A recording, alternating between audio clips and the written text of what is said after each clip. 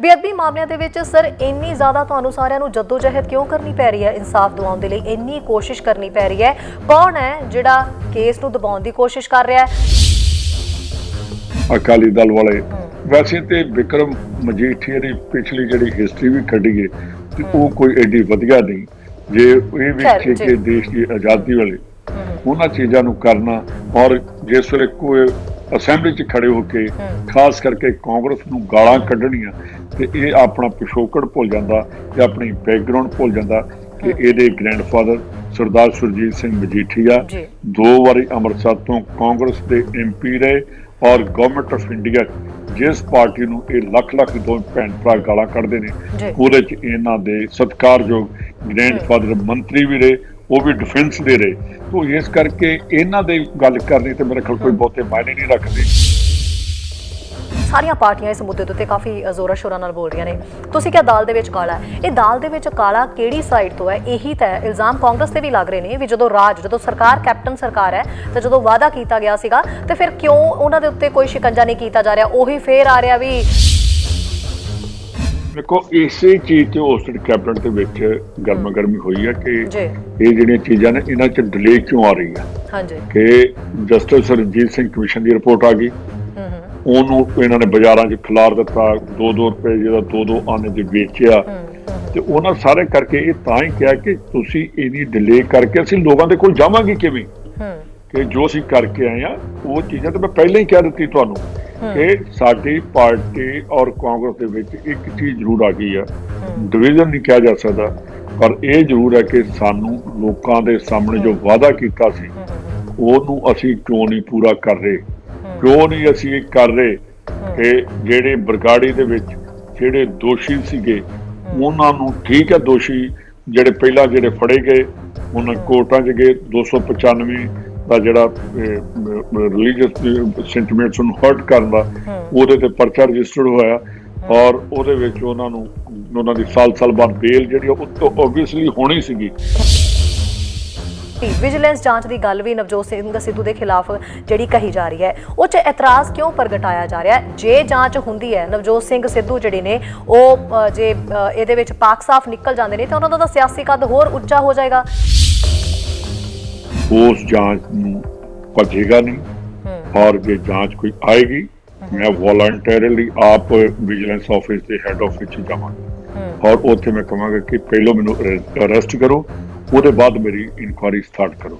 ਹੁਣ ਮੈਂ ਨਵਜੋਤ ਸਿੱਧੂ ਨੂੰ ਵੀ ਕਿਹਾ ਔਰ ਪ੍ਰੈਸ ਦੇ ਵਿੱਚ ਕਿਹਾ ਸੀ, ਕਿਉਂਕਿ ਮੇਰੀ ਪਹਿਲੀ ਸਾਡੀ ਇੱਕ ਮੀਟਿੰਗ ਹੋਈ, ਉਹਦੇ ਬਾਅਦ ਅਸੀਂ ਨਹੀਂ ਮਿਲੇ, ਪਹਿਲਾਂ ਅਸੀਂ ਜ਼ਰੂਰ ਇਹਦੇ ਤੇ ਸਾਰੇ ਇਕੱਠੇ ਹੋਏ ਕਿ ਜਿਹੜੀ ਗੁਰੂ ਗ੍ਰੰਥ ਸਾਹਿਬ ਦੀ ਬੇਅਦਬੀਆਂ ਨੇ ਇਹਦੇ ਬਾਰੇ, ਔਰ ਕਾਂਗਰਸ ਦੀ ਜਿਹੜੀ ਅੱਜ ਜੋ ਪੋਜੀਸ਼ਨ ਉਹਦੇ ਬਾਰੇ ਅਸੀਂ 5-7 ਇਕੱਠੇ ਹੋ ਕੇ ਉਹਦੇ 'ਚ ਮੀਟਿੰਗ ਕੀਤੀ ਕਿ ਇਹਦੀ ਬੇਅਦਬੀ ਜਿਹੜੀ ਹੈ ਇਹ ਬੜਾ ਵੱਡਾ ਇਸ਼ੂ ਆ, ਔਰ ਜਿਹੜੀ ਅਸੀਂ ਨਾਨਕ ਨਾਮ ਲੈਵਾ ਚਾਹੇ ਹਿੰਦੂ ਜਾਂ ਸਿੱਖ ਵੀ ਜੋ ਵੀ ਹੈਗੇ ਨੇ ਉਹ ਸਾਰੇ ਇਕੱਠੇ ਆ। ਉਹਦੇ 'ਚ ਮੀਟਿੰਗ ਜ਼ਰੂਰ ਹੋਈ ਸੀ ਤੇ ਮੈਂ ਉਹਦੇ 'ਚ ਕਿਹਾ ਕਿ ਨਵਜੋਤ ਸਿੰਘ ਸਿੱਧੂ ਨੂੰ ਕਿ ਇਮੀਡੀਏਟਲੀ ਜੇ ਕੋਈ ਗੱਲ ਹੈਗੀ ਤੇ ਆਪਣਾ ਅੱਜ ਤੁਸੀਂ ਉਹਦਾ ਸਾਰਾ ਕੁਝ ਫੜ ਵੀ ਲਿਆ, ਔਰ ਉਹਨੇ ਟਵੀਟ ਵੀ ਕੀਤਾ, ਸਭ ਕੁਝ ਕੀਤਾ, ਤੇ ਇਹ ਜਿਹੜੀਆਂ ਚੀਜ਼ਾਂ ਨੇ ਇਹਦੇ 'ਚੋਂ ਨਹੀਂ ਡਰਨਾ ਚਾਹੀਦਾ। ਜਾਂਚ ਤਾਂ ਜਾਂਚ, ਤੁਸੀਂ ਇੱਕ ਜੇਲ੍ਹ ਮੰਤਰੀ ਹੋ ਰੰਧਾਵਾ ਸਾਹਿਬ, ਤੁਹਾਡੇ ਤਾਂ ਹੁਣ ਸਬੰਧ ਜਿਹੜੇ ਸਿਆਸੀ ਤੌਰ ਦੇ ਉੱਤੇ ਗੈਂਗਸਟਰ ਜੱਗੂ ਭਗਵਾਨਪੁਰੀਆ ਨਾਲ ਵੀ ਜੋੜੇ ਜਾ ਰਹੇ ਨੇ, ਇਹਦੇ ਤੇ ਕੀ ਕਹਿਣਾ ਚਾਹੋਗੇ? ਇਦਾਂ ਦੀਆਂ ਤੌਹਮਤਾਂ ਜਿਹੜੀਆਂ ਨੇ ਕਿਉਂ ਲਾਈਆਂ ਜਾ ਰਹੀਆਂ ਨੇ? ਇਹਦੇ 'ਚ ਬਿਲਕੁਲ ਮੇਰੇ ਤੇ ਤੌਹਮਤਾਂ ਅਕਾਲੀ ਦਲ ਨੇ ਉਸ ਟਾਈਮ ਲਾਈਆਂ, ਔਰ ਇਹ ਹਾਈ ਕੋਰਟ 'ਚ ਮੇਰੇ ਅਗੇਂਸਟ ਗਏ, ਤੇ ਉਹਦੇ 'ਚ ਹਾਈ ਕੋਰਟ ਦੇ ਜੱਜ ਸਾਹਿਬ ਨੇ ਇਸ ਵੇਲੇ ਇਹ ਕਿਹਾ ਕਿ ਮਿਨਿਸਟਰ ਦੀ ਮੀਡੀਆ ਟ੍ਰਾਇਲ ਹੋ ਰਿਹਾ, ਇਹ ਜੱਜਮੈਂਟ ਦੇ ਵਿੱਚ ਲਿਖਿਆ ਗਿਆ ਉਸ ਟਾਈਮ, ਔਰ ਮੇਰੇ ਜਿਹੜੀ ਕਿ ਮੈਨੂੰ ਸਰਕਾਰ ਦੀ ਇਨਕੁਆਇਰੀ ਮੈਨੂੰ ਕੋਈ ਨਹੀਂ, ਮੈਨੂੰ ਹਾਈ ਕੋਰਟ ਨੇ ਕਲੀਨ ਚਿੱਟ ਦਿੱਤੀ ਕਿ ਮਿਨਿਸਟਰ ਦਾ ਇਹਨਾਂ ਦੇ ਨਾਲ। ਔਰ ਮੈਂ ਤੁਹਾਨੂੰ ਇੱਕ ਚੀਜ਼ ਹੋਰ ਦੱਸ ਦੇਣੀ ਚਾਹੁੰਦਾ ਕਿ ਜਿਸ ਦਿਨ ਮੇਰੇ ਕੋਲ ਡਿਪਾਰਟਮੈਂਟ ਆਇਆ, ਸਭ ਤੋਂ ਵੱਧ ਜੇਲ੍ਹ ਸਟੂਡੈਂਟਾਂ ਨੂੰ ਸਕੰਜਾ ਮੈਂ ਕੱਸਣ ਵਾਲਾ ਮੈਂ ਡਿਸਮਿਸ ਕੀਤੇ, ਬੇਸ਼ੱਕ ਉਹਨਾਂ ਨੂੰ ਕੋਰਟਾਂ ਨੇ ਬਾਅਦ 'ਚ ਰਜਿਸਟਰੇਟ ਕਰ ਦਿੱਤਾ ਜਾਂ ਉਹਨਾਂ ਦੇ ਡਿਸਮਿਸਲ ਨੂੰ ਉਹਨਾਂ ਨੇ ਖਤਮ ਕੀਤਾ, ਪਰ ਅੱਜ ਤੱਕ ਉਹਨਾਂ ਨੂੰ ਮੈਂ ਇਹ ਸਸਪੈਂਸ਼ਨ ਦੁਬਾਰਾ ਫੇਰ ਕੀਤੀ ਹੈ। ਸਤਿ ਸ਼੍ਰੀ ਅਕਾਲ ਜੀ ਐਂਡ ਗੁੱਡ ਮਾਰਨਿੰਗ ਉਹਨਾਂ ਲੋਕਾਂ ਨੂੰ ਜਿਨ੍ਹਾਂ ਦੀ ਸੋਹਣੀ ਜੀ ਸਵੇਰ ਸਾਡੇ ਨਾਲ ਚੜ੍ਹੀ ਹੈ, ਯਾਨੀ ਕਿ ਕੈਨੇਡਾ ਵਾਸੀਆਂ ਦੀ ਸਵੇਰ ਸਾਡੇ ਨਾਲ ਹੋਈ ਹੈ ਤੇ ਹੋਰ ਦੇਸ਼ਾਂ 'ਚ ਵੀ ਜਿੱਥੇ ਮਾਰਨਿੰਗ ਹੋਈ ਹੈ ਉਹਨਾਂ ਨੂੰ ਗੁੱਡ ਮਾਰਨਿੰਗ, ਤੇ ਇੰਡੀਆ ਤੇ ਇਸ ਤੋਂ ਇਲਾਵਾ ਹੋਰ ਕੰਟਰੀਜ਼ ਦੇ ਵਿੱਚ ਜਿੱਥੇ ਇਸ ਵੇਲੇ ਰਾਤ ਦਾ ਸਮਾਂ ਉਹਨਾਂ ਸਾਰਿਆਂ ਨੂੰ ਪਿਆਰ ਭਰੀ ਸਤਿ ਸ਼੍ਰੀ ਅਕਾਲ।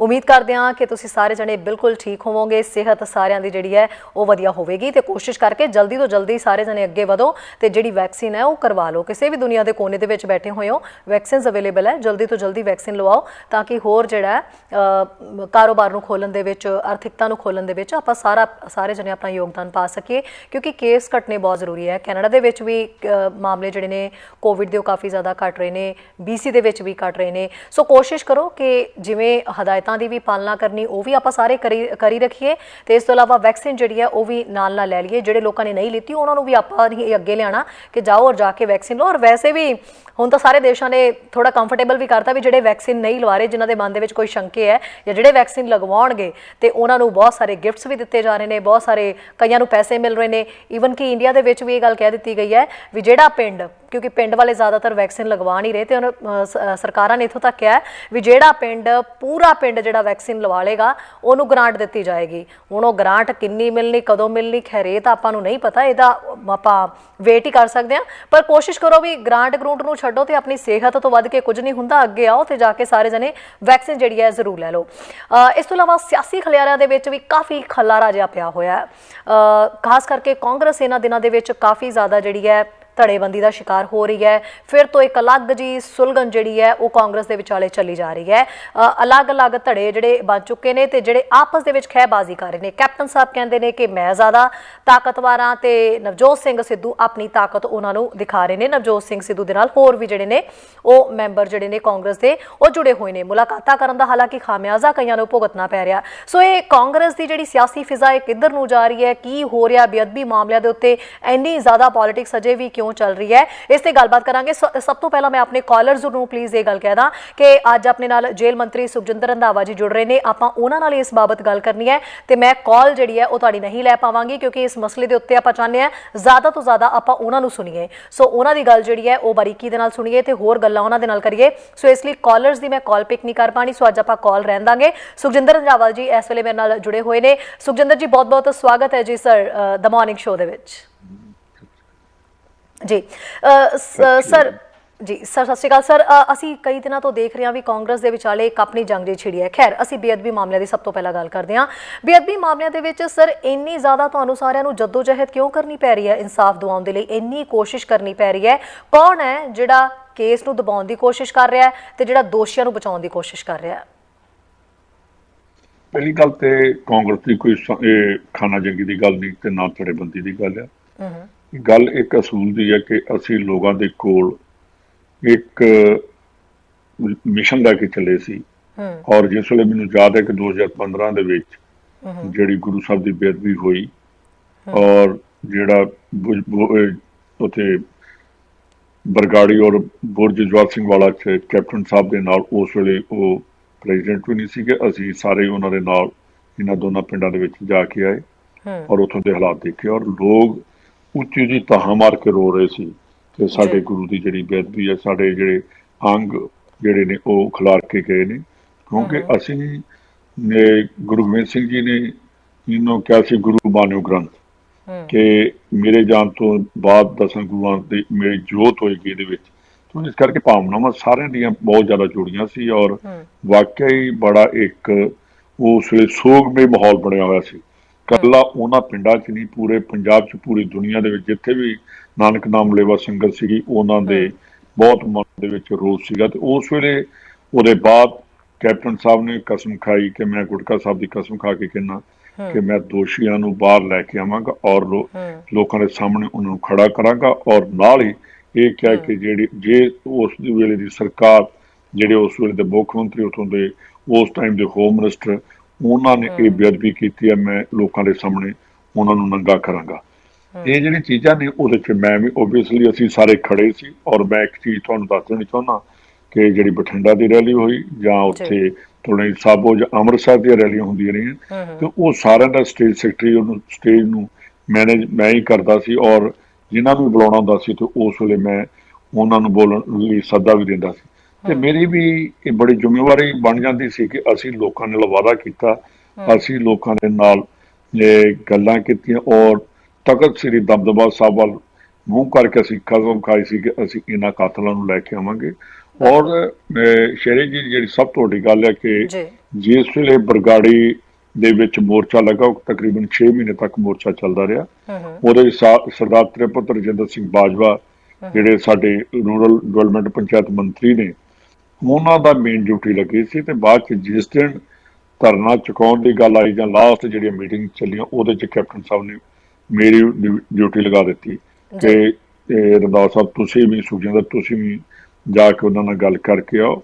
ਔਰ ਜਿਸ ਵੇਲੇ ਅਸੀਂ ਚੱਲੇ ਆ ਤੇ ਉਸ ਵੇਲੇ ਇੱਕ ਗੱਲ ਕਹੀ ਗਈ, ਮੈਂ ਕਿਹਾ ਜੀ ਉੱਥੇ ਗੱਲ ਕੀ ਕਰਨੀ? ਉਹਨਾਂ ਨੇ ਕਿਹਾ ਕਿ ਉੱਥੇ ਅਨਾਉਂਸ ਕਰਕੇ ਆਇਓ ਕਿ ਇਹ ਕਾਤਲ ਅਸੀਂ ਸਾਹਮਣੇ ਲੈ ਕੇ ਆਵਾਂਗੇ ਔਰ ਜਿਹੜੇ ਤੁਸੀਂ ਬੈਠੇ ਹੋ ਉਹਨਾਂ ਨੂੰ ਅਪੀਲ ਕਰਿਓ ਕਿ ਉੱਠੋ ਇੱਥੋਂ ਤੇ ਅਸੀਂ ਤੁਹਾਡੇ ਵੱਲ ਧਿਆਨ ਦੇਣ ਦੀ ਬਜਾਏ ਇਹਨਾਂ ਕਾਤਲਾਂ ਵੱਲ ਤੇ ਜਿਹੜਿਆਂ ਲੋਕਾਂ ਨੇ ਬੇਅਦਬੀ ਕੀਤੀ ਆ ਉਹਨਾਂ ਵੱਲ ਧਿਆਨ ਜ਼ਿਆਦਾ ਦਿੱਤਾ ਜਾਏ। ਔਰ ਉਸ ਟਾਈਮ ਸਾਰਿਆਂ ਨੂੰ ਪਤਾ ਕਿ ਉੱਥੇ ਗੜਬੜ ਵੀ ਹੋ ਗਈ, ਉੱਥੇ ਮਾਹੌਲ ਇਹੋ ਜਿਹਾ ਤਣਾਅਪੂਰਨ ਬਣ ਗਿਆ ਕਿ ਮੈਨੂੰ ਦੁਬਾਰਾ ਫੇਰ ਉੱਠਣਾ ਪਿਆ ਔਰ ਸੰਗਤ ਦੇ ਵਿੱਚ ਕੈਪਟਨ ਅਮਰਿੰਦਰ ਸਿੰਘ ਉਹਨਾਂ ਦਾ ਮੈਸੇਜ ਦੇ ਕੇ ਮੈਂ ਉਸ ਮਾਹੌਲ ਨੂੰ ਸ਼ਾਂਤ ਕੀਤਾ। ਕਿ ਇਹ ਵੀ ਨਾਲ ਮੈਂ ਕਿਹਾ ਕਿ ਆ ਗੁਰੂ ਸਾਹਿਬ, ਗੁਰੂ ਗ੍ਰੰਥ ਸਾਹਿਬ ਜੀ ਦੇ ਉੱਤੇ ਪ੍ਰਕਾਸ਼ ਸੀਗਾ, ਮੈਂ ਉਹ ਇਸ਼ਾਰਾ ਕਰਕੇ ਕਿਹਾ ਕਿ ਗੁਰੂ ਸਾਹਿਬ ਸ਼ਿਸ਼ੋਭਤ ਨੇ ਤੇ ਜੇ ਨਹੀਂ ਕੋਈ ਕਰੇਗਾ ਤੇ ਉਹਨਾਂ ਦਾ ਜੋ ਅਕਾਲੀਆਂ ਦਾ ਅਸਰ ਹੋਇਆ ਕਾਂਗਰਸ ਗਵਰਨਮੈਂਟ ਦਾ, ਉਹਨਾਂ ਤੋਂ ਮਾੜਾ ਹਸ਼ਰ ਹੋਏਗਾ। ਇਹ ਜਿਹੜੇ ਸਾਰੀਆਂ ਗੱਲਾਂ ਕੀਤੀਆਂ ਤੇ ਉਹਦੇ ਬਾਅਦ ਮੇਰਾ ਆਪਣਾ ਪਿੰਡ ਧਾਰੋਵਾਲੀ ਚ ਪਹਿਲਾਂ ਤੇ ਸਰਦਾਰ ਸੁਖਦੇਵ ਸਿੰਘ ਫਗਵਾੜੇ ਵਾਲੇ ਉਹਨਾਂ ਨੇ ਆ ਕੇ ਕੀਰਤਨ ਕੀਤਾ।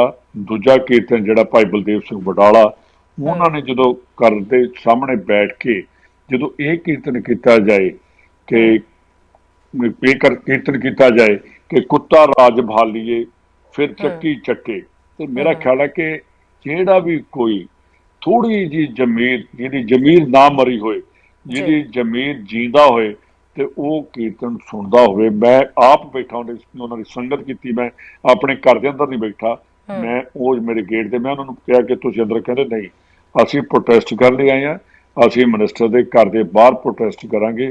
ਤੇ ਉਹ ਗਲੀ ਦੇ ਵਿੱਚ ਜਿਹੜੇ ਮੇਰੇ ਘਰ ਨੂੰ ਜਾਂਦੀ ਗਲੀ ਉਹਦੇ ਵਿੱਚ ਉਹਨਾਂ ਨੇ ਬੈਠੇ ਨੇ, ਈਵਨ ਇੱਥੋਂ ਤੱਕ ਉਹਨਾਂ ਪਾਣੀ ਵੀ ਨਹੀਂ ਪੀਤਾ ਔਰ ਦਰੀਆਂ ਵੀ ਆਪਣੀਆਂ ਲੈ ਕੇ ਆਏ ਤੇ ਉੱਥੇ ਬੈਠ ਕੇ ਕਿਤੇ ਮੈਂ ਉਹਨਾਂ ਦੇ ਵਿੱਚ ਜਾ ਕੇ ਬੈਠਾ ਕਿਉਂਕਿ ਗੁਨਾਹਗਾਰ ਸੀਗੇ। ਤੇ ਉਹਨਾਂ ਦੇ ਵਿੱਚ ਪਰ ਜੋ ਉਸ ਵੇਲੇ ਭਾਈ ਗੁਰਦਾਸ ਜੀ ਦਾ ਜਿਹੜਾ ਸ਼ਬਦ ਉਚਾਰਨ ਕੀਤਾ ਤੇ ਉਹਦੇ ਵਿੱਚ ਜੋ ਚਪੇੜਾਂ ਵੱਜੀਆਂ ਉਹ ਬਹੁਤ ਅਸਹਿ ਸੀਗੀਆਂ। ਉਹਨਾਂ ਨੇ ਇੱਕ ਇੱਕ ਨਿਚੋੜ ਉਹਦੇ ਵਿੱਚ, ਮੈਨੂੰ ਹੁਣ ਵੇਖੋ ਮੈਂ ਉਹਨੂੰ, ਕਿਉਂਕਿ ਮੈਨੂੰ ਵੀ ਇੰਨੀ ਗੁਰਬਾਣੀ ਦੀ ਨਹੀਂ ਹੈਗੀ ਪਰ ਥੋੜੇ ਜੋ ਦੀ ਮੈਨੂੰ ਹੈਗੀ ਸੀਗੀ, ਔਰ ਉਹਦੇ ਚ ਮੇਰੇ ਮਨ ਨੂੰ ਬਹੁਤ ਦੁੱਖ ਲੱਗਾ। ਔਰ ਜਿਸ ਵੇਲੇ ਹਾਈ ਕੋਰਟ ਨੇ ਬਹਿਬਲ ਕਲਾਂ ਔਰ ਕੋਟਕਪੂਰਾ, ਬਹਿਬਲ ਕਲਾਂ ਕੋਟਕਪੂਰਾ ਔਰ ਬਰਗਾੜੀ ਬੇਅਦਬੀ ਦੋ ਵੱਖਰੇ ਕੇਸ ਨੇ, ਗੋਲੀकांड ਵੱਖਰਾ, ਗੁਰੂ ਗ੍ਰੰਥ ਸਾਹਿਬ ਦੀ ਬੇਅਦਬੀ ਵਾਲਾ ਵੱਖਰਾ। ਇਹਦੇ ਵਿੱਚ ਜਿਸ ਵੇਲੇ ਚੀਜ਼ ਆਈ ਤੇ ਸਾਡੀ ਕੈਬਨਿਟ ਚ ਮੀਟਿੰਗ ਚ ਇਹ ਗੱਲ ਚੱਲੀ ਤੇ ਉੱਥੇ ਮੈਂ ਉੱਠ ਕੇ ਕਿਹਾ ਕਿ ਜੀ ਜੇ ਅਸੀਂ ਨਹੀਂ ਕਰ ਸਕਦੇ ਤੇ ਜੇ ਉਹ ਜਿਹੜੇ ਚੀਜ਼ਾਂ ਨੇ ਤੇ ਮੈਨੂੰ ਫਿਰ ਮੇਰਾ ਰੈਜ਼ਿਗਨੇਸ਼ਨ ਲਓ ਕਿ ਆਪਾਂ ਲੋਕਾਂ ਨਾਲ ਜੋ ਵਾਅਦੇ ਕਰਕੇ ਆਏ ਸੀ ਉਹ ਉਹਨਾਂ ਵਾਅਦੇ ਤੇ ਆਪਾਂ ਪੂਰੇ ਉਤਰੇ ਨਹੀਂ। 6 ਮਹੀਨੇ ਰਹਿ ਗਏ ਨੇ ਜਾਂ 8 ਮਹੀਨੇ ਰਹਿ ਗਏ ਨੇ ਤੇ ਲੋਕਾਂ ਦੇ ਕਚਹਿਰੀ 'ਚ ਜਾ ਕੇ ਕੀ ਜਵਾਬ ਦੇਵਾਂਗੇ ਕਿ ਅਸੀਂ ਕਸਮ ਸੱਚੀ ਖਾਧੀ ਸੀ ਕਿ ਝੂਠੀ ਖਾ ਕੇ ਗਏ। ਬਿਲਕੁਲ। ਇਸ ਕਰਕੇ ਇਹ ਜਿਹੜੀਆਂ ਚੀਜ਼ਾਂ ਨੇ, ਕਸਮ ਖਾਣੀ ਔਰ ਗੁਰੂ ਦੇ ਗੁਟਕਾ ਸਾਹਿਬ ਨੂੰ ਹੱਥ 'ਚ ਲੈ ਕੇ ਫੜ ਕੇ ਕਸਮ ਖਾਣੀ ਤੇ ਜਾਂ ਵੈਸੇ ਕਸਮ ਖਾਣੀ ਜਿੱਥੇ ਗੁਰੂ ਦੀ ਗੱਲ ਆ ਜੇ ਤੇ ਮੇਰਾ ਖਿਆਲ ਹੈ ਕਿ ਕੋਈ ਵੀ ਸਿੱਖ ਇਹ ਬਰਦਾਸ਼ਤ ਨਹੀਂ ਕਰੇਗਾ। ਅਸੀਂ ਜਿਸ ਵੇਲੇ ਕੋਈ ਇਹ ਗੱਲ ਕਰਦੇ ਹਾਂ ਕਿ ਗੁਰੂ ਦੇ ਸਾਹਮਣੇ, ਇਹ ਵੀ ਡਰੀਦਾ ਕਿ ਗੁਰੂ ਦੇ ਸਾਹਮਣੇ ਕਿਤੇ ਝੂਠ ਵੀ ਉਹਦਾ ਮੂੰਹ ਚੋਂ ਨਿਕਲੇ। ਆਪਾਂ ਦਰਬਾਰ ਸਾਹਿਬ ਮੱਥਾ ਟੇਕਣ ਲਈ ਜਾਂਦੇ ਹਾਂ ਔਰ ਇਹ ਹੁੰਦਾ ਕਿ ਉੱਥੇ ਜਾ ਕੇ ਕਿ ਬਾੜਾ ਜਿਹੜਾ ਖਿਆਲ ਵੀ ਤੁਹਾਡੇ ਮਨ 'ਚ ਨਹੀਂ ਆਉਣਾ ਚਾਹੀਦਾ, ਕੋਈ ਇਹੋ ਜਿਹੀ ਗੱਲ ਵੀ ਨਹੀਂ ਹੋਣੀ ਚਾਹੀਦੀ ਤਾਂ ਕਿ ਇੱਕ ਪਵਿੱਤਰ ਜਗ੍ਹਾ ਨੂੰ ਪਵਿੱਤਰਤਾ ਦੀ ਉਹਦੀ ਬਰਕਰਾਰ ਰੱਖਣ ਲਈ ਅਸੀਂ ਸਾਰੇ ਬੈਠੇ ਹਾਂ। ਦੇਖੋ ਸਰਕਾਰਾਂ ਆਉਣੀਆਂ, ਵਜ਼ੀਰੀਆਂ ਆਉਣੀਆਂ ਬਹੁਤ ਛੋਟੀ ਚੀਜ਼ ਹੈ ਤੇ ਜੇ ਗੁਰੂ ਦੀ ਕਿਰਪਾ ਤੁਹਾਡੇ ਤੇ ਨਹੀਂ ਰਹਿੰਦੀ ਤੇ ਉਹਦਾ ਕੋਈ ਮਾਇਨੇ ਨਹੀਂ ਰੱਖਦਾ। ਜੀ ਬਿਲਕੁਲ। ਸੁਖਜਿੰਦਰ ਸਰ, ਇਹਨੂੰ ਲੈ ਕੇ ਜਿਸ ਤਰੀਕੇ ਨਾਲ ਹਰ ਐਵੀਡੈਂਸ ਸੀਗੇ, ਮਾਮਲਾ ਕਾਫੀ ਟਾਈਮ ਤੋਂ ਭਖਦਾ ਜਾ ਰਿਹਾ ਸੀਗਾ। ਜਿਸ ਤਰੀਕੇ ਨਾਲ ਤੁਸੀਂ ਦੱਸ ਰਹੇ ਹੋ ਵੀ ਗੁਟਕਾ ਸਾਹਿਬ ਹੱਥ ਦੇ ਵਿੱਚ ਲੈ ਕੇ ਕੈਪਟਨ ਸਾਹਿਬ ਨੇ ਇਸ ਚੀਜ਼ ਦੀ ਸਹੁੰ ਵੀ ਖਾਧੀ ਸੀਗੀ, ਸਾਰੇ ਪ੍ਰੂਫ ਸੀਗੇ, ਫਿਰ ਵੀ ਲਗਾਤਾਰ ਸੁਖਬੀਰ ਬਾਦਲ, ਵਿਕਰਮ ਸਿੰਘ ਮਜੀਠੀਆ ਚੈਲੰਜ ਕਰਦੇ ਨੇ। ਵਿਕਰਮ ਮਜੀਠੀਆ ਨੇ ਹੁਣ ਵੀ ਬਿਆਨ ਦਿੱਤਾ ਹੈ ਕਿ ਮਾਂ ਦਾ ਦੁੱਧ ਪੀਤਾ ਹੈ ਤਾਂ ਐਵੀਡੈਂਸ ਲਿਆਓ, ਪ੍ਰੂਫ ਲਿਆਓ ਤੇ ਹਾਈ ਕੋਰਟ ਦੇ ਵਿੱਚ, ਸੁਪਰੀਮ ਕੋਰਟ ਦੇ ਵਿੱਚ ਪੇਸ਼ ਕਰੋ। ਤੇ ਜੇ ਬਾਰ-ਬਾਰ ਇਲਜ਼ਾਮ ਕਾਂਗਰਸ ਦੇ ਉੱਤੇ ਲੱਗ ਰਹੇ ਨੇ ਤਾਂ ਸਬੂਤ ਕਿਉਂ ਪੇਸ਼ ਨਹੀਂ ਕੀਤੇ ਜਾਂਦੇ? ਜੇ ਸਾਰੇ ਐਵੀਡੈਂਸ ਹੈ ਤਾਂ ਕਿੱਥੇ ਕਮੀ ਦੇਖੀ ਜਾ ਰਹੀ ਹੈ? ਦੇਖੋ, ਜਿਹੜਾ ਚੈਲੰਜ ਕਰਨਾ ਗੁਰੂ ਦੇ ਨਾਂ ਤੋਂ, ਮੇਰਾ ਖਿਆਲ ਬੜੀ ਸ਼ਰਮ ਵਾਲੀ ਗੱਲ ਆ ਕਿ ਇੱਕ ਪਾਸੇ ਗੁਰੂ ਦੀ ਬੇਅਦਬੀਆਂ ਹੋਈਆਂ ਹੋਣ ਤੇ ਉਸੇ ਰਾਜ ਦੇ ਵਿੱਚ ਉਹ ਬੈਠੇ ਹੋਣ ਜਿਨ੍ਹਾਂ ਦੇ ਰਾਜ 'ਚ ਬੇਅਦਬੀਆਂ ਹੋਈਆਂ। ਜਿਸ ਰਾਜ ਦੇ ਵਿੱਚ 328 ਸਰੂਪ ਉੱਥੋਂ ਚੋਰੀ ਹੋਏ ਹੋਣ ਤੇ ਉਹ ਲੋਕ, ਇਹ ਤੇ ਉਹੀ ਗੱਲ ਹੋਈ ਕਿ ਉਲਟਾ ਚੋਰ ਕੋਤਵਾਲ ਕੋ ਡਾਂਟੇ, ਤੇ ਇਹ ਤੇ ਉਲਟੇ ਚੋਰ ਵੀ ਨੇ ਔਰ ਚੈਲੰਜ ਕਰ ਰਹੇ ਨੇ। ਗੁਰੂ ਦੇ ਨਾਂ ਤੇ ਚੈਲੰਜ ਕਰਨਾ ਮੇਰਾ ਖਿਆਲ ਇਹ ਠੀਕ ਨਹੀਂ ਮੇਰੇ ਲੱਗ ਰਿਹਾ। ਔਰ ਜਿਹੜੀ ਖੁਸ਼ੀ ਬਣਾਉਣੀ ਕਿ ਆਓ ਸਾਡੇ ਸਾਹਮਣੇ, ਇਹਦੇ ਤੇ ਕਹਿਣਾ ਚਾਹੀਦਾ ਕਿ ਆਓ ਸਾਰੇ ਰਲ ਕੇ ਇਸ ਕੇਸ ਦੇ ਅਗੇਂਸਟ ਪੰਜਾਬ 'ਚ ਲਾਮਬੰਦ ਹੋਈਏ ਕਿ ਕੋਰਟ ਨੇ ਜੇ ਗਲਤ ਦਿੱਤਾ ਜਾਂ ਠੀਕ ਦਿੱਤਾ, ਇਹਦੇ 'ਚ ਸਾਨੂੰ ਨਹੀਂ ਪੈਣਾ ਚਾਹੀਦਾ। ਪਰ ਜੋ ਕੋਰਟ ਨੇ ਜੋ ਡਿਸੀਜਨ ਦਿੱਤਾ ਉਹਦੇ ਉੱਤੇ ਬੜੇ ਵੱਡੇ ਸ਼ੰਕੇ ਵੀ ਖੜੇ ਹੁੰਦੇ ਨੇ, ਬੜੇ ਕੁਐਸਚਨ ਮਾਰਕ ਵੀ ਉਹਦੇ ਤੇ ਆਉਂਦੇ ਨੇ। ਜਿਹੜੀਆਂ ਚੀਜ਼ਾਂ ਕੋਰਟ 'ਚ ਮੰਗੀਆਂ ਵੀ ਨਹੀਂ ਗਈਆਂ ਤੇ ਕੋਰਟ ਨੇ ਉਹ ਵੀ ਰਿਲੀਫ ਦੇ ਦਿੱਤੀ ਗਈ। ਇੱਥੇ ਆ ਕੇ ਜ਼ਰੂਰ ਹਿੰਦੁਸਤਾਨ ਦੀ, ਮੈਂ ਇਹ ਨਹੀਂ ਕਹਿੰਦਾ ਕਿ ਜਿਹੜੀ ਅਦਾਲਤਾਂ ਨੇ, ਕੋਰਟਸ ਨੇ, ਉਹਨਾਂ ਉੱਤੇ ਮੈਂ ਉਂਗਲ ਨਹੀਂ ਖੜੀ ਕਰਦਾ ਜਾਂ ਮੈਂ ਉਹਨਾਂ ਦਾ ਕੋਈ ਇਹੋ ਜਿਹੀ ਨਹੀਂ ਕਰਦਾ, ਪਰ ਇੱਕ ਮਨ ਦੇ ਵਿੱਚ ਜ਼ਰੂਰ ਆਉਂਦਾ ਕਿ ਜੋ ਚੀਜ਼ ਮੰਗੀ ਨਹੀਂ ਗਈ, ਜਿਸ ਚੀਜ਼ ਦੇ ਲਈ ਉੱਥੇ ਡਿਮਾਂਡ ਨਹੀਂ ਰੱਖੀ ਗਈ, ਉਹ ਚੀਜ਼ਾਂ ਵਿੱਚ ਕਿਉਂ ਕੀਤੀਆਂ ਗਈਆਂ, ਇਹਦੇ ਤੇ ਆ ਕੇ ਜ਼ਰੂਰ ਥੋੜਾ ਜਿਹਾ ਇਹੋ ਜਿਹੀ ਆਉਂਦੀ ਆ। ਔਰ ਜਿਸ ਵੇਲੇ ਅਕਾਲੀ ਦਲ ਚੈਲੰਜ ਕਰਦਾ ਤੇ ਇਹਦੇ ਚ ਫਿਰ ਦਾਲ ਚ ਕੁਛ ਕਾਲਾ ਜ਼ਰੂਰ ਲੱਗ ਰਿਹਾ ਕਿ ਜਿੰਨੀ ਜ਼ੋਰ ਤੌਰ ਤਰੀਕੇ ਨਾਲ ਅਕਾਲੀ ਦਲ ਪ੍ਰੈਸ ਕਾਨਫਰੰਸ ਕਰਦਾ, ਅਕਾਲੀ ਦਲ ਵਾਲੇ, ਵੈਸੇ ਤੇ ਵਿਕਰਮ ਮਜੀਠੀਆ ਦੀ ਪਿਛਲੀ ਜਿਹੜੀ ਹਿਸਟਰੀ ਵੀ ਕੱਢੀਏ ਤੇ ਉਹ ਕੋਈ ਐਡੀ ਵਧੀਆ ਨਹੀਂ। ਜੇ ਇਹ ਵੇਖੇ ਕਿ ਦੇਸ਼ ਦੀ ਆਜ਼ਾਦੀ ਵੇਲੇ ਉਹਨਾਂ ਚੀਜ਼ਾਂ ਨੂੰ ਕਰਨਾ, ਔਰ ਜਿਸ ਵੇਲੇ ਕੋਈ ਅਸੈਂਬਲੀ 'ਚ ਖੜੇ ਹੋ ਕੇ ਖਾਸ ਕਰਕੇ ਕਾਂਗਰਸ ਨੂੰ ਗਾਲਾਂ ਕੱਢਣੀਆਂ, ਤੇ ਇਹ ਆਪਣਾ ਪਿਛੋਕੜ ਭੁੱਲ ਜਾਂਦਾ ਤੇ ਆਪਣੀ ਬੈਕਗਰਾਉਂਡ ਭੁੱਲ ਜਾਂਦਾ ਕਿ ਇਹਦੇ ਗ੍ਰੈਂਡਫਾਦਰ ਸਰਦਾਰ ਸੁਰਜੀਤ ਸਿੰਘ ਮਜੀਠੀਆ 2 ਵਾਰੀ ਅੰਮ੍ਰਿਤਸਰ ਤੋਂ ਕਾਂਗਰਸ ਦੇ MP ਰਹੇ ਔਰ ਗਵਰਨਮੈਂਟ ਆਫ ਇੰਡੀਆ ਜਿਸ ਪਾਰਟੀ ਨੂੰ ਇਹ ਲੱਖ ਲੱਖ ਦੋ ਭੈਣ ਭਰਾ ਗਾਲਾਂ ਕੱਢਦੇ ਨੇ ਉਹਦੇ 'ਚ ਇਹਨਾਂ ਦੇ ਸਤਿਕਾਰਯੋਗ ਗ੍ਰੈਂਡਫਾਦਰ ਮੰਤਰੀ ਵੀ ਰਹੇ, ਉਹ ਵੀ ਡਿਫੈਂਸ ਦੇ ਰਹੇ।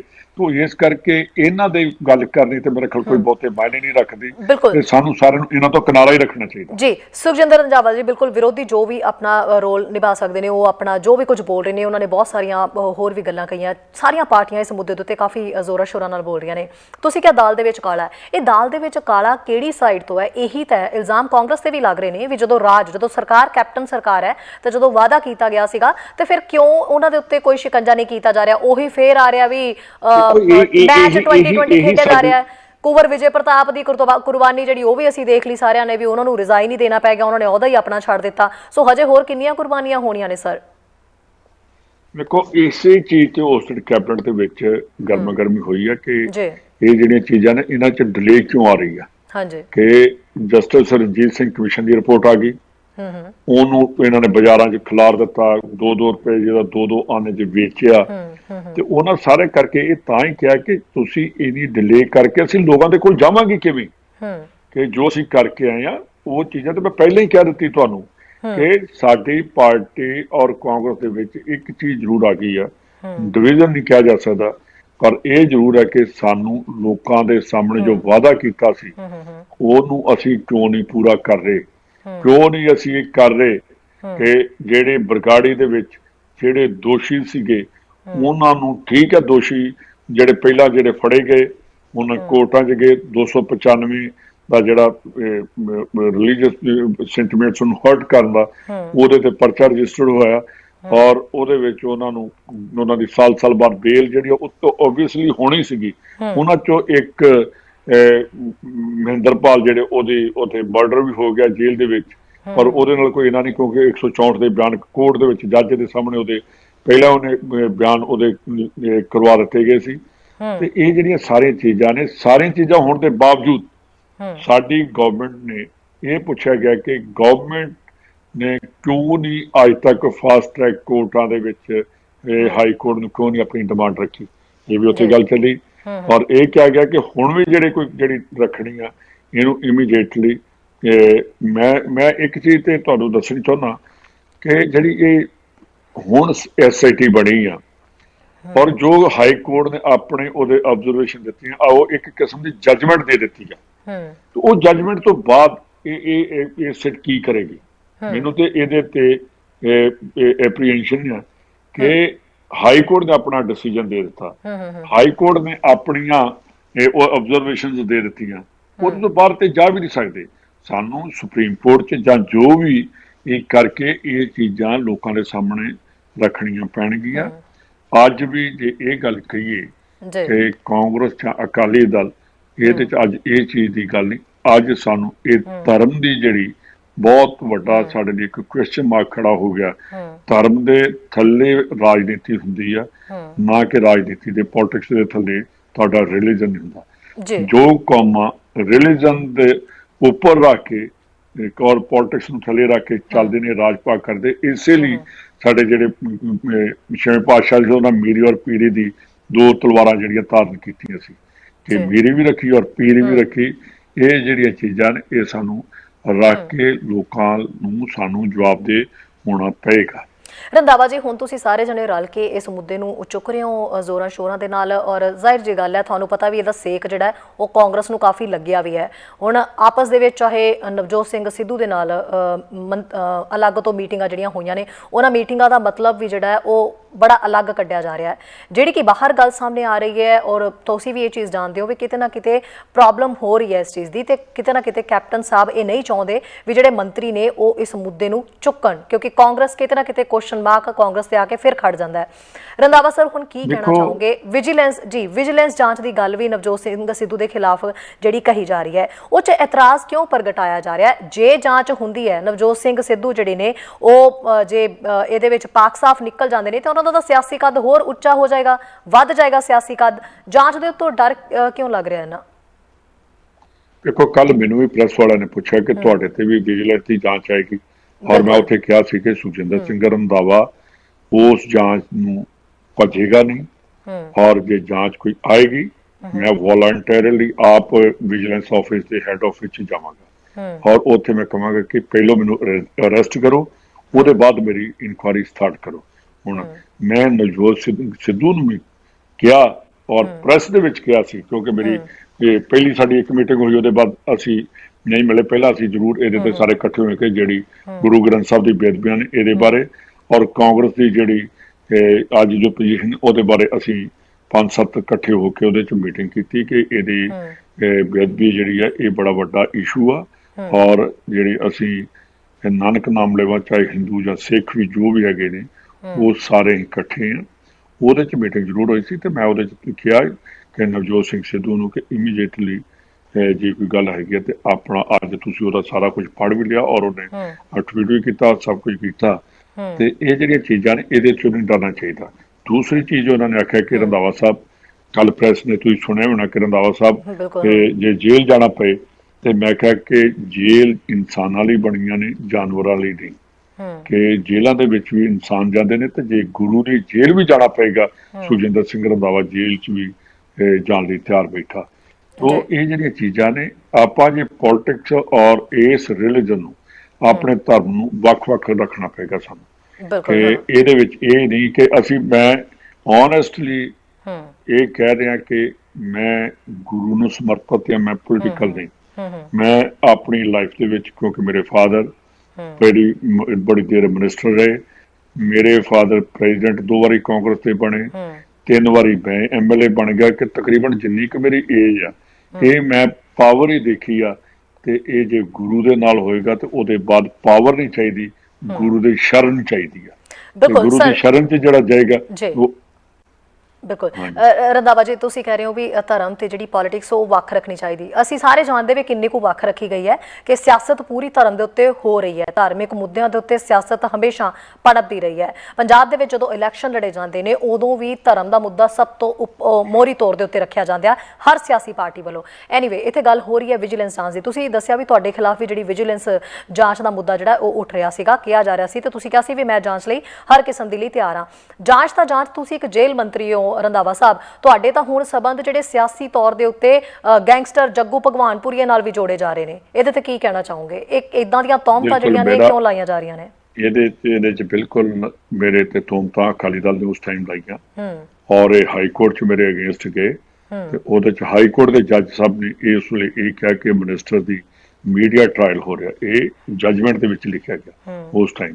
ਔਰ ਮੇਰੇ ਜਿਹੜੀ ਕਿ ਮੈਨੂੰ ਸਰਕਾਰ ਦੀ ਇਨਕੁਆਇਰੀ ਮੈਨੂੰ ਕੋਈ ਨਹੀਂ, ਮੈਨੂੰ ਹਾਈ ਕੋਰਟ ਨੇ ਕਲੀਨ ਚਿੱਟ ਦਿੱਤੀ ਕਿ ਮਿਨਿਸਟਰ ਦਾ ਇਹਨਾਂ ਦੇ ਨਾਲ। ਔਰ ਮੈਂ ਤੁਹਾਨੂੰ ਇੱਕ ਚੀਜ਼ ਹੋਰ ਦੱਸ ਦੇਣੀ ਚਾਹੁੰਦਾ ਕਿ ਜਿਸ ਦਿਨ ਮੇਰੇ ਕੋਲ ਡਿਪਾਰਟਮੈਂਟ ਆਇਆ, ਸਭ ਤੋਂ ਵੱਧ ਜੇਲ੍ਹ ਸੁਪਰਡੈਂਟਾਂ ਨੂੰ ਸਕੰਜਾ ਮੈਂ ਕੱਸਣ ਵਾਲਾ, ਮੈਂ ਡਿਸਮਿਸ ਕੀਤੇ। ਬੇਸ਼ੱਕ ਉਹਨਾਂ ਨੂੰ ਕੋਰਟਾਂ ਨੇ ਬਾਅਦ ਚ ਰਜਿਸਟਰੇਟ ਕਰ ਦਿੱਤਾ ਜਾਂ ਉਹਨਾਂ ਦੇ ਡਿਸਮਿਸਲ ਨੂੰ ਉਹਨਾਂ ਨੇ ਖਤਮ ਕੀਤਾ, ਪਰ ਅੱਜ ਤੱਕ ਉਹਨਾਂ ਨੂੰ ਮੈਂ ਇਹ ਸਸਪੈਂਸ਼ਨ ਦੁਬਾਰਾ ਫੇਰ ਕੀਤੀ ਆ। ਔਰ ਜਿਹੜੇ ਗੈਂਗਸਟਰਾਂ ਦੀ ਗੱਲ ਕਰਦੇ ਹੋ, ਪੰਜਾਬ ਦੇ ਵਿੱਚ ਜੇ ਗੈਂਗਸਟਰਾਂ ਨੂੰ ਕੰਟਰੋਲ ਕੀਤਾ ਤੇ ਮੈਂ ਵਾਹਿਗੁਰੂ ਤੋਂ ਡਰ ਕੇ ਕਹਿੰਦਾ ਕਿ ਅੱਜ ਉਹ ਸੁਖਜਿੰਦਰ ਸਿੰਘ ਰੰਧਾਵੇ ਨੇ ਕੀਤਾ। ਮੇਰੇ ਟਾਈਮ 'ਚ ਜੇਲ੍ਹ ਬ੍ਰੇਕ ਨਹੀਂ ਹੋਈ, ਮੇਰੇ ਟਾਈਮ 'ਚ ਕਿਤੇ ਵੀ। ਤੁਸੀਂ ਜਿਹੜੇ ਮੇਰੇ ਅੱਜ ਵੀ ਮੇਰੇ ਅਗੇਂਸਟ ਜਿਹੜੀਆਂ ਰੇਟਾਂ ਹਾਈ ਕੋਰਟ ਦੇ ਵਿੱਚ ਚੱਲ ਰਹੀਆਂ ਨੇ ਕਿ ਸਾਨੂੰ ਇਹਨਾਂ ਨੇ ਇੱਕ ਬਠਿੰਡਾ ਜੇਲ੍ਹ ਦੇ ਵਿੱਚ ਉੱਥੇ ਇਹਨਾਂ ਨੇ ਇਕੱਠਿਆਂ ਕੀਤਾ, ਕਿਉਂਕਿ ਜੇ ਇਕੱਠੇ ਨਹੀਂ ਕਰਾਂਗੇ ਇੰਨੀ ਜੇਲ੍ਹਾਂ ਦੇ ਵਿੱਚ ਇਹਨਾਂ ਗੈਂਗਸਟਰ ਜਿਹੜੇ ਇੱਕ ਕੈਟਾਗਰੀ ਦੇ ਗੈਂਗਸਟਰ ਨੇ 80 ਨੰਬਰ ਜਿਹੜੇ ਨੇ 80 ਗੈਂਗਸਟਰ ਇੱਕ ਕੈਟਾਗਰੀ ਦੇ ਸਾਡੇ ਪੰਜਾਬ ਦੇ ਜੇਲ੍ਹਾਂ 'ਚ, ਤੇ ਉਹਨਾਂ ਨੂੰ ਹਰ ਜੇਲ੍ਹ ਦੇ ਵਿੱਚ ਇੰਨੀ ਸਿਕਿਉਰਿਟੀ ਜਾਂ ਇੰਨਾ ਕੁਛ ਨਹੀਂ ਕੀਤਾ ਜਾ ਸਕਦਾ। ਮੈਂ ਅੱਜ ਵੀ ਭੁਗਤ ਰਿਹਾ, ਤੇ ਜੇ ਮੇਰੇ ਰਿਲੇਸ਼ਨ ਹੋਣ ਤੇ ਮੈਂ ਤਾਂ ਫਿਰ ਗੈਂਗਸਟਰ ਲਈ ਉਹ ਜਿਹੜੀਆਂ ਜੇਲ੍ਹਾਂ ਨੇ ਹੈਵਨ ਬਣਾ ਕੇ ਰੱਖਾਂ। ਤੇ ਇਹ ਜਿਹੜੀਆਂ ਚੀਜ਼ਾਂ ਨੇ ਇਹਦੇ ਤੇ ਮੈਂ ਇਹ ਤੇ ਪਬਲਿਕ ਦੇਖੇਗੀ, ਮੈਨੂੰ ਇਹਦੇ ਤੇ ਆਪਣੀ ਬਹੁਤੀ ਸਫਾਈ ਦੇਣ ਦੀ ਲੋੜ ਨਹੀਂ। ਜੀ ਰੰਧਾਵਾ ਜੀ, ਜਿਸ ਤਰੀਕੇ ਨਾਲ ਤੁਹਾਡੇ ਸਾਰੇ ਲੀਡਰਾਂ ਦਾ ਹੁਣ ਇਕੱਠ ਹੋ ਰਿਹਾ, ਤੁਸੀਂ ਕਹਿ ਰਹੇ ਹੋ ਵੀ ਮੁੱਦਾ ਅਸੀਂ ਚੁੱਕਾਂਗੇ ਤੇ ਅਸੀਂ ਚਾਹੁੰਦੇ ਹਾਂ ਵੀ ਇਨਸਾਫ ਜਿਹੜਾ ਉਹ ਹੋਵੇ। ਤੁਹਾਨੂੰ ਲੱਗਦਾ ਵੀ ਕੈਪਟਨ ਸਾਹਿਬ ਦੀ ਇਸ ਤਰੀਕੇ ਨਾਲ ਕੋਈ ਨਾ ਕੋਈ ਇਨਸਿਕਿਉਰਿਟੀ ਉਹਨਾਂ ਦੇ ਵਿੱਚ ਦੇਖੀ ਜਾ ਰਹੀ ਹੈ ਤੁਹਾਡੇ ਸਾਰਿਆਂ ਦੇ ਇਕੱਠ ਤੋਂ? ਦੇਖੋ, ਮੇਰੇ ਖਿਆਲ ਹੈ ਕਿ ਗੁਰੂ ਦੇ ਲਈ ਇਨਸਿਕਿਉਰਿਟੀ ਨਹੀਂ ਹੋਣੀ ਚਾਹੀਦੀ। ਕੈਪਟਨ ਸਾਹਿਬ ਨੂੰ ਆਪ ਉਹਦੇ ਸਾਹਮਣੇ, ਪ੍ਰੈਸ ਦੇ ਸਾਹਮਣੇ ਆ ਕੇ ਇਹਦੇ ਬਾਰੇ ਉਹਨਾਂ ਨੂੰ ਦੱਸਣਾ ਪਏਗਾ। ਔਰ ਜਿਹੜੀਆਂ ਕੋਈ ਸਾਡੀਆਂ ਜਾਂ ਕੈਬਨਿਟ ਦੇ ਵਿੱਚ ਅਸੀਂ ਗੱਲਾਂ ਉਠਾਈਆਂ ਸੀਗੀਆਂ ਉਹਦੇ ਬਾਰੇ ਗਵਰਨਮੈਂਟ ਨੂੰ ਜਵਾਬ ਦੇਣਾ ਪਏਗਾ ਕਿ ਗਵਰਨਮੈਂਟ ਕੀ ਕਰ ਰਹੀ ਹੈ, ਕਿਵੇਂ ਕਰ ਰਹੀ ਹੈ। ਇਹ ਇਕੱਲਾ ਆਫਿਸਰਸ ਦੇ ਉੱਤੇ ਨਹੀਂ, ਇਹਦਾ ਜਿਹੜੇ ਡਿਸੀਜਨ ਹੁੰਦੇ ਨੇ, ਇਹ ਜਦੋਂ ਪੋਲੀਟੀਕਲ ਗਵਰਨਮੈਂਟਸ ਹੋਣ ਉਹਦੇ 'ਚ ਪੋਲੀਟੀਕਲ ਡਿਸੀਜਨ ਲੈ ਜਾਂਦੇ। ਇਹ ਗਵਰਨਰ ਰੂਲ ਨਹੀਂ ਕਿ ਅਸੀਂ ਆਫਿਸਰਸ ਦੇ ਕੋਲੋਂ ਡਿਸੀਜਨ ਕਰਵਾਵਾਂਗੇ, ਕਿਉਂਕਿ ਆਨਸਰੇਬਲ ਅਸੀਂ ਆ ਪਬਲਿਕ ਨੂੰ। ਜੇ ਪ੍ਰੈਸ ਦੇ ਕੋਲ ਅੱਜ ਤੁਸੀਂ ਮੇਰੇ ਕੋਲ ਕੁਐਸਚਨ ਆਨਸਰ ਕਰ ਰਹੇ ਹੋ, ਇਹਦੇ 'ਚ ਪੰਜਾਬ ਦਾ ਆਫਿਸਰ ਕੋਈ ਨਹੀਂ ਆਏਗਾ, ਉਹਦਾ ਕੋਈ ਆਨਸਰ ਦੇਣ ਦਾ ਮਤਲਬ ਨਹੀਂ। ਉਹਨਾਂ ਤੁਸੀਂ ਕਹਿ ਵੀ ਦੋਗੇ ਕਿ ਤੁਸੀਂ ਦੋ, ਠੀਕ ਹੈ। ਉੱਥੇ ਕਈ CMO 'ਚ ਜਿਹੜੇ ਆਫਿਸਰ ਬੈਠੇ ਨੇ ਜਾਂ ਜਿਹੜੇ ਰਿਟਾਇਰਡ ਆਫਿਸਰ ਅੱਜ ਉਹ ਟੌਪ ਤੇ ਬੈਠੇ ਨੇ, ਉਹ ਕਦੀ ਵੀ ਟੀਵੀ ਤੇ ਨਹੀਂ ਹੋਣਗੇ। ਟੀਵੀ ਤੇ ਉੱਤੇ ਸਾਹਮਣੇ ਸਿਰਫ ਪੋਲੀਟੀਕਲ ਬੰਦਾ ਆਏਗਾ, ਉੱਥੇ ਸੁਖਜਿੰਦਰ ਸਿੰਘ ਰੰਧਾਵਾ ਵੀ ਆਏਗਾ, ਤੇ ਉੱਥੇ ਕੈਪਟਨ ਅਮਰਿੰਦਰ ਸਿੰਘ ਉਹਨਾਂ ਨੂੰ ਵੀ ਜਵਾਬ ਦੇਣਾ ਪਏਗਾ। ਹੋਰ ਕੋਈ ਐਡਵਾਈਜ਼ਰ ਜਵਾਬ ਨਹੀਂ ਦਿੰਦੇ। ਤਾਂ ਇਸ ਲਈ ਇਹਨਾਂ ਚੀਜ਼ਾਂ ਨੂੰ ਕਰਨ ਦੇ ਲਈ ਜੇ ਗਵਰਨਰ ਰੂਲ ਹੋਏ ਤਾਂ ਫਿਰ ਇਹ ਦੇਖਿਆ ਜਾਂਦਾ ਕਿ ਐਡਵਾਈਜ਼ਰ ਜਿਹੜੇ ਨੇ ਉਹ ਗਵਰਨਰ ਸਾਹਿਬ ਤੇ ਆਉਣਗੇ, ਨਹੀਂ ਤੇ ਐਡਵਾਈਜ਼ਰ ਇਹ ਪਬਲਿਕ ਸਰਵੈਂਟ ਆ। ਸੀ ਸਾਨੂੰ ਪਬਲਿਕ ਦੇ ਅੱਗੇ ਹਮੇਸ਼ਾ ਹੀ ਆਨਸਰੇਬਲ ਹੋਣਾ ਪਵੇਗਾ। ਰੰਧਾਵਾ ਜੀ, ਪ੍ਰਗਟ ਸਿੰਘ ਕਹਿੰਦੇ ਨੇ ਵੀ ਸਰਕਾਰ ਦੇ ਬੰਦੇ ਜਿਹੜੇ ਨੇ, ਕੈਪਟਨ ਸਾਹਿਬ ਦੇ ਬੰਦੇ ਮੈਨੂੰ ਧਮਕਾ ਰਹੇ ਨੇ। ਸੁਨੀਲ ਜਾਖੜ ਕਹਿੰਦੇ ਨੇ ਅਫਵਾਹ ਹੈ। ਤੁਸੀਂ ਦੱਸੋ, ਧਮਕੀ ਹੈ ਕਿ ਅਫਵਾਹ ਹੈ? ਵੇਖੋ, ਪ੍ਰਗਟ ਸਿੰਘ ਇੱਕ ਬੜਾ ਵਧੀਆ ਆਦਮੀ ਆ ਜੀ, ਬਿਲਕੁਲ, ਔਰ ਇਹ ਉਹਨੂੰ ਧਮਕੀ ਕਿਹਾ ਜਾ ਸਕਦਾ, ਅਫਵਾਹ ਨਹੀਂ। ਜੀ, ਧਮਕੀ ਕਿਹਾ ਜਾ ਸਕਦਾ, ਯਾਨੀ ਕਿ ਜੀ ਮੈਂ ਤਾਂ ਕਿਹਾ, ਮੈਂ ਕਿਹਾ ਧਮਕੀ ਅਫਵਾਹ ਨਹੀਂ, ਧਮਕੀ ਆ। ਔਰ ਉਹਨਾਂ ਨੇ ਕਿਹਾ, ਮੈਂ ਵੀ ਕੱਲ ਨਾਲ ਸੀ, ਇਕੱਠੇ ਅਸੀਂ ਬੈਠੇ ਆ, ਪਰਸੋਂ ਵੀ ਬੈਠੇ ਆ। ਉਹਨਾਂ ਨੇ ਕਿਹਾ ਕਿ ਮੈਨੂੰ ਉਹਨਾਂ ਨੇ ਮੈਨੂੰ ਦਿਖਾਇਆ ਕਿ ਆ ਇੰਨੇ ਵਜੇ ਭਾਜੀ ਮੈਨੂੰ ਕਾਲ ਆਈ ਆ ਤੇ ਮੈਂ ਤੇ ਬੋਲਾਂਗਾ। ਤੇ ਉਹਨਾਂ ਨੇ ਕਿਹਾ ਕਿ ਮੈਂ ਕਿਹਾ ਠੀਕ ਹੈ, ਆਪਣੀ ਜ਼ਮੀਰ ਨਹੀਂ ਮਾਰਨੀ ਚਾਹੀਦੀ, ਜੋ ਤੁਹਾਨੂੰ ਆਈ ਹੈ ਦੱਸੋ ਪਬਲਿਕ ਨੂੰ। ਤੇ ਉਹਨਾਂ ਦੇ ਵਿੱਚ ਜਾਓ। ਔਰ ਉਹਨਾਂ ਦੱਸਿਆ, ਔਰ ਉਹਨਾਂ ਨੇ ਮੈਨੂੰ ਦੱਸਿਆ ਕਿ ਮੇਰੇ ਨਾਲ 3.5 ਮਿੰਟ ਜਿਹੜੀ ਗੱਲ ਕੀਤੀ ਗਈ ਆ ਉਹਦੇ 'ਚ ਮੈਨੂੰ ਆਹ ਗੱਲਾਂ ਕਹੀਆਂ ਗਈਆਂ। ਧਮਕੀ ਭਰੇ ਲਹਿਜ਼ੇ ਨਾਲ ਕੀਤੀ ਗਈ ਜੀ। ਸਰ ਕਹਿੰਦੇ ਨੇ ਕਿ ਹਰੀਸ਼ ਰਾਵਤ ਜਿਹੜੇ ਨੇ ਉਹ ਹੁਣ ਵਿਧਾਇਕਾਂ ਨੂੰ ਸੱਦਣਗੇ, ਤੁਹਾਨੂੰ ਵੀ ਕੋਈ ਸੱਦਾ ਆਇਆ ਉਹਨਾਂ ਵੱਲੋਂ? ਦੇਖੋ, ਮੇਰੀ ਹਰੀਸ਼ ਰਾਵਤ ਜੀ ਨਾਲ ਪਿਛਲੇ ਕਈ ਦਿਨਾਂ ਤੋਂ ਗੱਲਬਾਤ ਹੁੰਦੀ ਰਹਿੰਦੀ ਹੈ ਔਰ ਉਹਨਾਂ ਦਾ ਮੈਨੂੰ ਪਰਸੋਂ ਵੀ ਟੈਲੀਫੋਨ ਆਇਆ ਕਿ ਚਰਨਜੀਤ ਸਿੰਘ ਚੰਨੀ ਨੂੰ ਕਹੋ ਕਿ ਪ੍ਰੈਸ 'ਚ ਨਾ ਜਾਵੇ, ਅਸੀਂ ਜਲਦੀ ਹਾਈ ਕਮਾਂਡ ਇਹਦੇ ਤੇ ਕੋਈ ਡਿਸੀਜਨ ਕਰਾਂਗੇ। ਔਰ ਉਹਨਾਂ ਨੇ, ਮੈਂ ਕਿਹਾ ਜੀ ਤੁਸੀਂ ਆਪ ਕਰੋ। ਉਹਨਾਂ ਨੇ ਚੰਨੀ ਸਾਹਿਬ ਨੂੰ ਕਿਹਾ ਔਰ ਮੇਰਾ ਖਿਆਲ ਡਿਸਪਲਿਨ ਸੋਲਜਰ ਕਰਕੇ ਉਹਨਾਂ ਨੇ ਜਿਹੜੀ ਕੱਲ ਦੀ ਮੀਟਿੰਗ ਸੀਗੀ ਚਰਨਜੀਤ ਸਿੰਘ ਚੰਨੀ ਹੋਣਾ, ਉਹ ਫਿਰ ਪੀਸੀ ਜਿਹੜੀ ਕਰਨੀ ਸੀ, ਪ੍ਰੈਸ ਕਾਨਫਰੰਸ ਕਰਨੀ ਸੀ, ਉਹਨਾਂ ਨੇ ਹਰੀਸ਼ ਰਾਵਤ ਜੀ ਦੇ ਕਹਿਣ ਤੇ ਨਹੀਂ ਕੀਤੀ। ਜੀ ਸਰ, ਕੀ ਹੈ ਹਾਈ ਕਮਾਂਡ ਦਾ ਅੱਗੇ ਰੁਖ ਕੀ ਲੱਗ ਰਿਹਾ ਰੰਧਾਵਾ ਜੀ? ਤੁਹਾਡੀ ਆਪਣੀ ਇਸ ਤੇ ਕੀ ਰਾਏ ਹੈ, ਕਿਵੇਂ ਉਹ ਇਸ ਸਾਰੇ ਡੈਮੇਜ ਨੂੰ ਕੰਟਰੋਲ ਕਰਨਗੇ? ਦੇਖੋ, ਇਹ ਜਿਹੜਾ ਇਮੀਡੀਏਟਲੀ ਡੈਮੇਜ ਕੰਟਰੋਲ ਹੋਣਾ ਚਾਹੀਦਾ ਔਰ ਰਾਹੁਲ ਗਾਂਧੀ ਜੀ ਆਪ ਬਰਗਾੜੀ ਦੇ ਵਿੱਚ ਉਸ ਟਾਈਮ ਪੈਦਲ ਯਾਤਰਾ ਉਹਨਾਂ ਨੇ ਕੀਤੀ, ਬਰਗਾੜੀ ਤੋਂ ਲੈ ਕੇ ਬੁਰਜਵਾਰ ਸਿੰਘ ਵਾਲਾ ਹੋਰ ਪਿੰਡਾਂ ਦੇ ਵਿੱਚ ਕੋਈ 10-11 ਕਿਲੋਮੀਟਰ ਉਹ ਆਪ ਪੈਦਲ ਚੱਲ ਕੇ ਗਏ ਤੇ ਉਹਨਾਂ ਨੇ ਸਾਰਾ ਕੁਝ ਜਿਸ ਵੇਲੇ ਸਾਰਾ ਹੋਈ ਉਹਦੇ 'ਚ ਉਹਨਾਂ ਨੇ 3-4 ਪਿੰਡਾਂ 'ਚ ਉਹਨਾਂ ਨੇ ਜਾ ਕੇ ਪਬਲਿਕ ਨੂੰ ਵੀ ਮਿਲੇ, ਉਹਨਾਂ ਦੀਆਂ ਗੱਲਾਂ ਵੀ ਸੁਣੀਆਂ ਤੇ ਮੇਰਾ ਖਿਆਲ ਹੈ ਕਿ ਜਿੰਨਾ ਗਰਾਊਂਡ ਰਿਐਲਿਟੀ ਦਾ ਰਾਹੁਲ ਗਾਂਧੀ ਉਹਨਾਂ ਨੂੰ ਪਤਾ, ਹੋਰ ਕਿਸੇ ਲੀਡਰ ਨੂੰ ਗਵਰਨਮੈਂਟ ਸਾਡੀ ਹਾਈ ਕਮਾਂਡ ਦੇ ਵਿੱਚ ਨਹੀਂ ਪਤਾ, ਕਿ ਜਿਨ੍ਹਾਂ ਨੇ ਫਸਟ ਹੈਂਡ ਇਨਫੋਰਮੇਸ਼ਨ ਲੈ ਕੇ ਉੱਥੇ ਸਾਰਾ ਕੁਝ ਲੋਕਾਂ ਨਾਲ ਗੱਲਾਂ ਕੀਤੀਆਂ, ਉਹਨਾਂ ਨੂੰ ਇਮੀਡੀਏਟਲੀ ਇਸ ਸੈਂਸਿਟੀਵਿਟੀ ਨੂੰ ਸਮਝਦੇ ਹੋਏ ਕਾਂਗਰਸ ਪਾਰਟੀ ਦੀ ਇਮੀਡੀਏਟਲੀ ਮੀਟਿੰਗ ਬੁਲਾਉਣੀ ਚਾਹੀਦੀ। ਜੀ ਬਿਲਕੁਲ। ਰੰਧਾਵਾ ਜੀ, ਕੀ ਲੱਗਦਾ ਹੁਣ ਦੋ ਹਿੱਸਿਆਂ ਦੇ ਵਿੱਚ ਜਿਹੜੀ ਹੈ ਵੰਡੀ ਗਈ ਹੈ ਕਾਂਗਰਸ, ਦੋਨੋਂ ਹੀ ਮਜ਼ਬੂਤ ਧਿਰਾਂ ਨੇ, ਪਰ ਤੁਹਾਡੀ ਧਿਰ ਦੇ ਜਿਹੜੇ ਵਿਧਾਇਕ ਨੇ ਉਹ ਡਟੇ ਰਹਿਣਗੇ ਜੇ ਬਾਈ ਚਾਂਸ ਹਾਈ ਕਮਾਂਡ ਵੀ ਬਾਹ ਨਾ ਫੜੇ ਤਾਂ? ਦੇਖੋ, ਜਿਹੜੀ ਤੇ ਜ਼ਮੀਰ ਹੋਏਗੀ ਉਹ ਤੇ ਆਪਣੀ ਜ਼ਮੀਰ ਦੀ ਆਵਾਜ਼ ਤੇ ਜ਼ਰੂਰ ਗੱਲ ਕਰੇਗਾ। ਇਹਦੇ 'ਚ ਗੁਰੂ ਸੀ ਲਈ ਜ਼ਮੀਰ ਹੈ, ਬੇਜ਼ਮੀਰਿਆਂ ਦੀ ਇੱਥੇ ਕੋਈ ਥਾਂ ਨਹੀਂ। ਜੀ ਸਰ, ਅੱਗੇ ਫਿਰ ਹੁਣ ਕੀ ਲੱਗਦਾ ਹੈ ਇਸ ਡੈਮੇਜ ਨੂੰ ਤੁਸੀਂ ਆਪਣੇ ਦੇਖ ਵੀ ਰਹੇ ਹੋ, ਸੁਣ ਵੀ ਰਹੇ ਹੋ, ਤੁਹਾਡੀ ਆਪਣੀ ਇਸ ਦੇ ਵਿੱਚ ਮੁੱਖ ਭੂਮਿਕਾ ਕੀ ਨਜ਼ਰ ਆ ਰਹੀ ਹੈ, ਕੀ ਅੱਗੇ ਕਰਨ ਜਾ ਰਹੇ ਹੋ? ਕਿਉਂਕਿ ਮੇਰੀ ਤੇ ਮੁੱਖ ਭੂਮਿਕਾ ਇਹ ਹੋਏਗੀ ਕਿ ਜੋ ਲੋਕਾਂ ਨਾਲ ਵਾਅਦਾ ਕੀਤਾ, ਜੋ ਲੋਕਾਂ ਦੇ ਨਾਲ ਇਲੈਕਸ਼ਨ ਦੇ ਵੇਲੇ ਅਸੀਂ ਕੀਤੀਆਂ ਗੱਲਾਂ ਔਰ ਹਰ ਸਟੇਜ ਦੇ ਉੱਤੇ ਬੋਲਦੇ ਰਹੇ ਆ ਔਰ ਇਲੈਕਸ਼ਨ 'ਚ ਮੇਨ ਮੁੱਦਾ ਲੋਕਾਂ ਦਾ ਇਹੋ ਸੀ ਕਿ ਗੁਰੂ ਦੀ ਬੇਅਦਬੀ ਕਰਨ ਵਾਲੇ ਸਾਹਮਣੇ ਲੈ ਕੇ ਸਾਡੇ ਤੇ ਇਹ ਹੈ ਕਿ ਗੁਰੂ ਦੀ ਜਿਹਨਾਂ ਬੇਅਦਬੀ ਕੀਤੀ, ਸਾਡੀ ਕੈਪਟਨ ਸਾਹਿਬ ਨਾਲ ਕੋਈ ਲੜਾਈ ਨਹੀਂ। ਕਾਂਗਰਸ ਦੇ ਵਿੱਚ ਦੋ ਧੜੇਬੰਦੀ ਹੈ, ਕੋਈ ਨਹੀਂ। ਕੈਪਟਨ ਸਾਹਿਬ ਅੱਜ ਇਹ ਜਿਹੜੇ ਕਾਤਲ ਨੇ ਜਾਂ ਜਿਨ੍ਹਾਂ ਦੇ ਟਾਈਮ 'ਚ ਇਹ ਚੀਜ਼ਾਂ ਹੋਈਆਂ ਨੇ ਉਹਨਾਂ ਨੂੰ ਲੈ ਕੇ ਆਉਂਦੇ ਤੇ ਸਭ ਤੋਂ ਪਹਿਲਾਂ ਅਸੀਂ ਨੰਗੇ ਪੈਰੀ ਉਹਨਾਂ ਦੇ ਕੋਲ ਉਹਨਾਂ ਦਾ ਧੰਨਵਾਦ ਕਰਨ ਜਾਵਾਂਗੇ। ਜੀ ਸਰ, ਕਿਹਾ ਜਾਂਦਾ ਹੈ ਕਿ ਕੈਪਟਨ ਅਮਰਿੰਦਰ ਮਜ਼ਬੂਤ ਸਥਿਤੀ ਦੇ ਵਿੱਚ ਨੇ ਤੇ ਹਾਈ ਕਮਾਂਡ ਕੈਪਟਨ ਨੂੰ ਘੂਰਨ ਦੀ ਸਥਿਤੀ ਦੇ ਵਿੱਚ ਜਿਹੜੀ ਹੈ ਉਹ ਨਹੀਂ ਹੈ। ਤੁਸੀਂ ਇਸ ਸਾਰੀ ਸਥਿਤੀ ਦਾ ਜਿਹੜਾ ਅੰਕਲਨ ਹੈ ਉਹ ਕਿਵੇਂ ਕਰਦੇ ਹੋ? ਕਿਉਂਕਿ ਮੈਂ ਇਹਨੂੰ ਪੋਲੀਟੀਕਲੀ ਨਹੀਂ ਜੋੜਦਾ, ਮੈਂ ਇਹਨੂੰ ਅਜੇ ਇਹੀ ਕਰ ਰਿਹਾ ਕਿ ਸਾਨੂੰ ਜੋ ਬੇਅਦਬੀਆਂ ਹੋਈਆਂ ਔਰ ਜੋ ਨਸ਼ਿਆਂ ਦੇ ਬਾਰੇ ਅਸੀਂ ਕਿਹਾ ਸੀ ਕਿ 4 ਹਫ਼ਤੇ 'ਚ ਨਸ਼ਾ ਖਤਮ ਕਰ ਦਿਆਂਗੇ, ਜੋ ਸਾਡੀਆਂ ਜਿਹੜੇ ਸੀਲ ਕਵਰ ਦੇ ਵਿੱਚ ਕੋਰਟਾਂ ਦੇ ਵਿੱਚ ਚਟੋਪਾ ਦੇ ਔਰ ਹਰਪ੍ਰੀਤ ਸਿੱਧੂ ਦੀਆਂ ਰਿਪੋਰਟਾਂ ਪਈਆਂ ਨੇ, ਇਹਨਾਂ ਦੋ ਚੀਜ਼ਾਂ ਦੇ ਉੱਤੇ, ਗੁਰੂ ਸਾਹਿਬ ਦੀ ਬੇਅਦਬੀ ਉੱਤੇ ਔਰ ਨਸ਼ਿਆਂ ਦੇ ਉੱਪਰ ਜਿਹੜੀ ਅਸੀਂ ਗੱਲਾਂ ਕੀਤੀਆਂ ਸੀ, ਇਹ ਦੋਨਾਂ ਮੁੱਦਿਆਂ ਦੇ ਉੱਤੇ ਸਾਨੂੰ ਖੜੇ ਹੋਣਾ ਪਏਗਾ ਔਰ ਜਵਾਬਦੇਹ ਹੋਣਾ ਪਵੇਗਾ। ਜੀ ਸਰ, 2015 ਦੇ ਵਿੱਚ ਬੇਅਦਬੀ ਹੋਈ, ਨਵਜੋਤ ਕੌਰ ਸਿੱਧੂ ਜਿਹੜੇ ਨੇ ਉਹ ਅਕਾਲੀ ਭਾਜਪਾ ਸਰਕਾਰ ਦੇ ਵਿੱਚ ਉਸ ਵੇਲੇ CPS ਜਿਹੜੇ ਅਹੁਦੇ ਦੇ ਉੱਤੇ ਸੀਗੇ, ਉਸ ਸਮੇਂ ਬੇਅਦਬੀਆਂ ਦੇ ਖਿਲਾਫ ਨਾ ਨਵਜੋਤ ਸਿੰਘ ਸਿੱਧੂ ਕੁਝ ਬੋਲੇ, ਨਾ ਹੀ ਉਹਨਾਂ ਦੀ ਧਰਮ ਪਤਨੀ ਕੁਝ ਬੋਲੀ, ਕਿਉਂਕਿ ਉਹ ਖੁਦ ਉਸ ਵੇਲੇ ਸ਼ਾਇਦ ਸਰਕਾਰ ਦੇ ਵਿੱਚ ਸੀ। ਤੇ ਹੁਣ ਜਦੋਂ ਹੁਣ ਜੇ ਇਸ ਮੁੱਦੇ ਨੂੰ ਚੁੱਕਿਆ ਜਾ ਰਿਹਾ, ਕੀ ਕਹਿ ਨਹੀਂ ਸਕਦੇ ਵੀ ਹੁਣ ਜਿਹੜੀ ਹੈ ਇਹ ਮੌਕੇ ਤੇ ਸਿਆਸਤ ਜਿਹੜੀ ਹੈ ਉਹ ਹੋ ਰਹੀ ਹੈ? ਦੇਖੋ, ਇਹਦੇ 'ਚ ਮੈਂ ਤੁਹਾਨੂੰ ਇੱਕ ਚੀਜ਼ ਦੱਸ ਦੇਣੀ ਚਾਹੁੰਦਾ ਕਿ 2016 ਦੇ ਵਿੱਚ 1 ਸਾਲ ਬਾਅਦ ਨਵਜੋਤ ਸਿੰਘ ਸਿੱਧੂ ਤੇ ਇਹ ਦੋਨੋਂ ਹੀ ਕਾਂਗਰਸ ਜੁਆਇਨ ਕਰ ਗਏ ਸੀ ਔਰ ਮੇਰਾ ਖਿਆਲ ਹੈ ਕਿ ਉਹਦੇ ਤੋਂ ਪਹਿਲਾਂ ਹੀ ਜਿਸ ਵੇਲੇ ਪਾਰਲੀਮੈਂਟ ਦੀ ਇਲੈਕਸ਼ਨ ਆਈ ਉਹਦੇ ਵਿੱਚ ਵੀ ਇਹਨਾਂ ਨੇ ਕਿਨਾਰਾ ਕਰ ਲਿਆ ਸੀ ਔਰ ਬਹੁਤ ਨਹੀਂ, ਪਰ ਨਵਜੋਤ ਸਿੰਘ ਸਿੱਧੂ ਉਦੋਂ ਵੀ ਦੱਬੀ ਜ਼ੁਬਾਨ 'ਚ ਆਪਣੀ ਗੱਲ ਰੱਖ ਦਿੰਦਾ ਸੀ। ਤੇ ਉਹਦੇ ਬਾਅਦ ਜਦੋਂ ਜ਼ਿਆਦਾ ਗੱਲ ਜਦੋਂ ਇਲੈਕਸ਼ਨ ਦੇ ਵਿੱਚ ਸਭ ਤੋਂ ਵੱਧ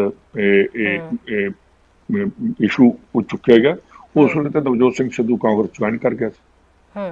ਸੋ ਸਰ ਉਦੋਂ ਤਾਂ ਉਹਨਾਂ ਨੂੰ ਆਪਣੀ ਮਰਜ਼ੀ ਦਾ ਜਿਹੜਾ ਮੰਤਰਾਲਾ ਨਾ ਮਿਲਣ ਕਰਕੇ ਨਾਰਾਜ਼ ਵੀ ਸੀ ਸਿੱਧੂ। 2 ਸਾਲਾਂ ਤੱਕ ਜਿਹੜੇ ਹੈ ਨਾਰਾਜ਼ ਵੀ ਰਹੇ ਔਰ ਹਲਕੇ ਦੇ ਲੋਕਾਂ ਨੂੰ ਵੀ ਮਿਲਦੇ ਨਹੀਂ ਸੀ। ਕਿਹਾ ਜਾ ਰਿਹਾ ਵੀ ਇਲੈਕਸ਼ਨ ਤੋਂ ਪਹਿਲਾਂ ਹੀ ਇਸ ਮੁੱਦੇ ਨੂੰ ਚੁੱਕਿਆ ਗਿਆ ਤੇ ਹੁਣ ਵੀ ਜਿਹੜੀ ਹੈ ਇਸੇ ਲਈ ਸਿੱਧੂ ਇਸ ਮੁੱਦੇ ਨੂੰ ਨਾਰਾਜ਼ਗੀ ਦੇ ਆਪਣੀ ਉਹਨਾਂ ਦੀ ਜਿਹੜੀ ਨਾਰਾਜ਼ਗੀ ਉਸ ਮੰਤਰਾਲੇ ਨੂੰ ਲੈ ਕੇ ਚੱਲ ਰਹੀ ਹੈ ਉਸੇ ਕਰਕੇ ਇਸ ਮੁੱਦੇ ਨੂੰ ਚੁੱਕ ਰਹੇ ਨੇ। ਤੁਸੀਂ ਕੀ ਕਹਿਣਾ ਚਾਹੋਗੇ ਇਹਦੇ ਬਾਰੇ? ਤੇ ਮੈਂ ਬਹੁਤ ਕੁਝ ਨਹੀਂ ਕਹਿ ਸਕਦਾ, ਪਰ ਜਿਹੜਾ ਮੇਰਾ ਤੁਸੀਂ ਮੇਰੀ ਗੱਲ ਕਰਦੇ ਹੋ ਕਿ ਮੈਂ ਜਿਹੜਾ ਰਿਜ਼ਾਈਨ ਕੀਤਾ, ਮੇਰੇ ਕੋਲ ਡਿਪਾਰਟਮੈਂਟ ਪੰਜਾਬ ਦੇ ਬੈਸਟ ਡਿਪਾਰਟਮੈਂਟ ਨੇ।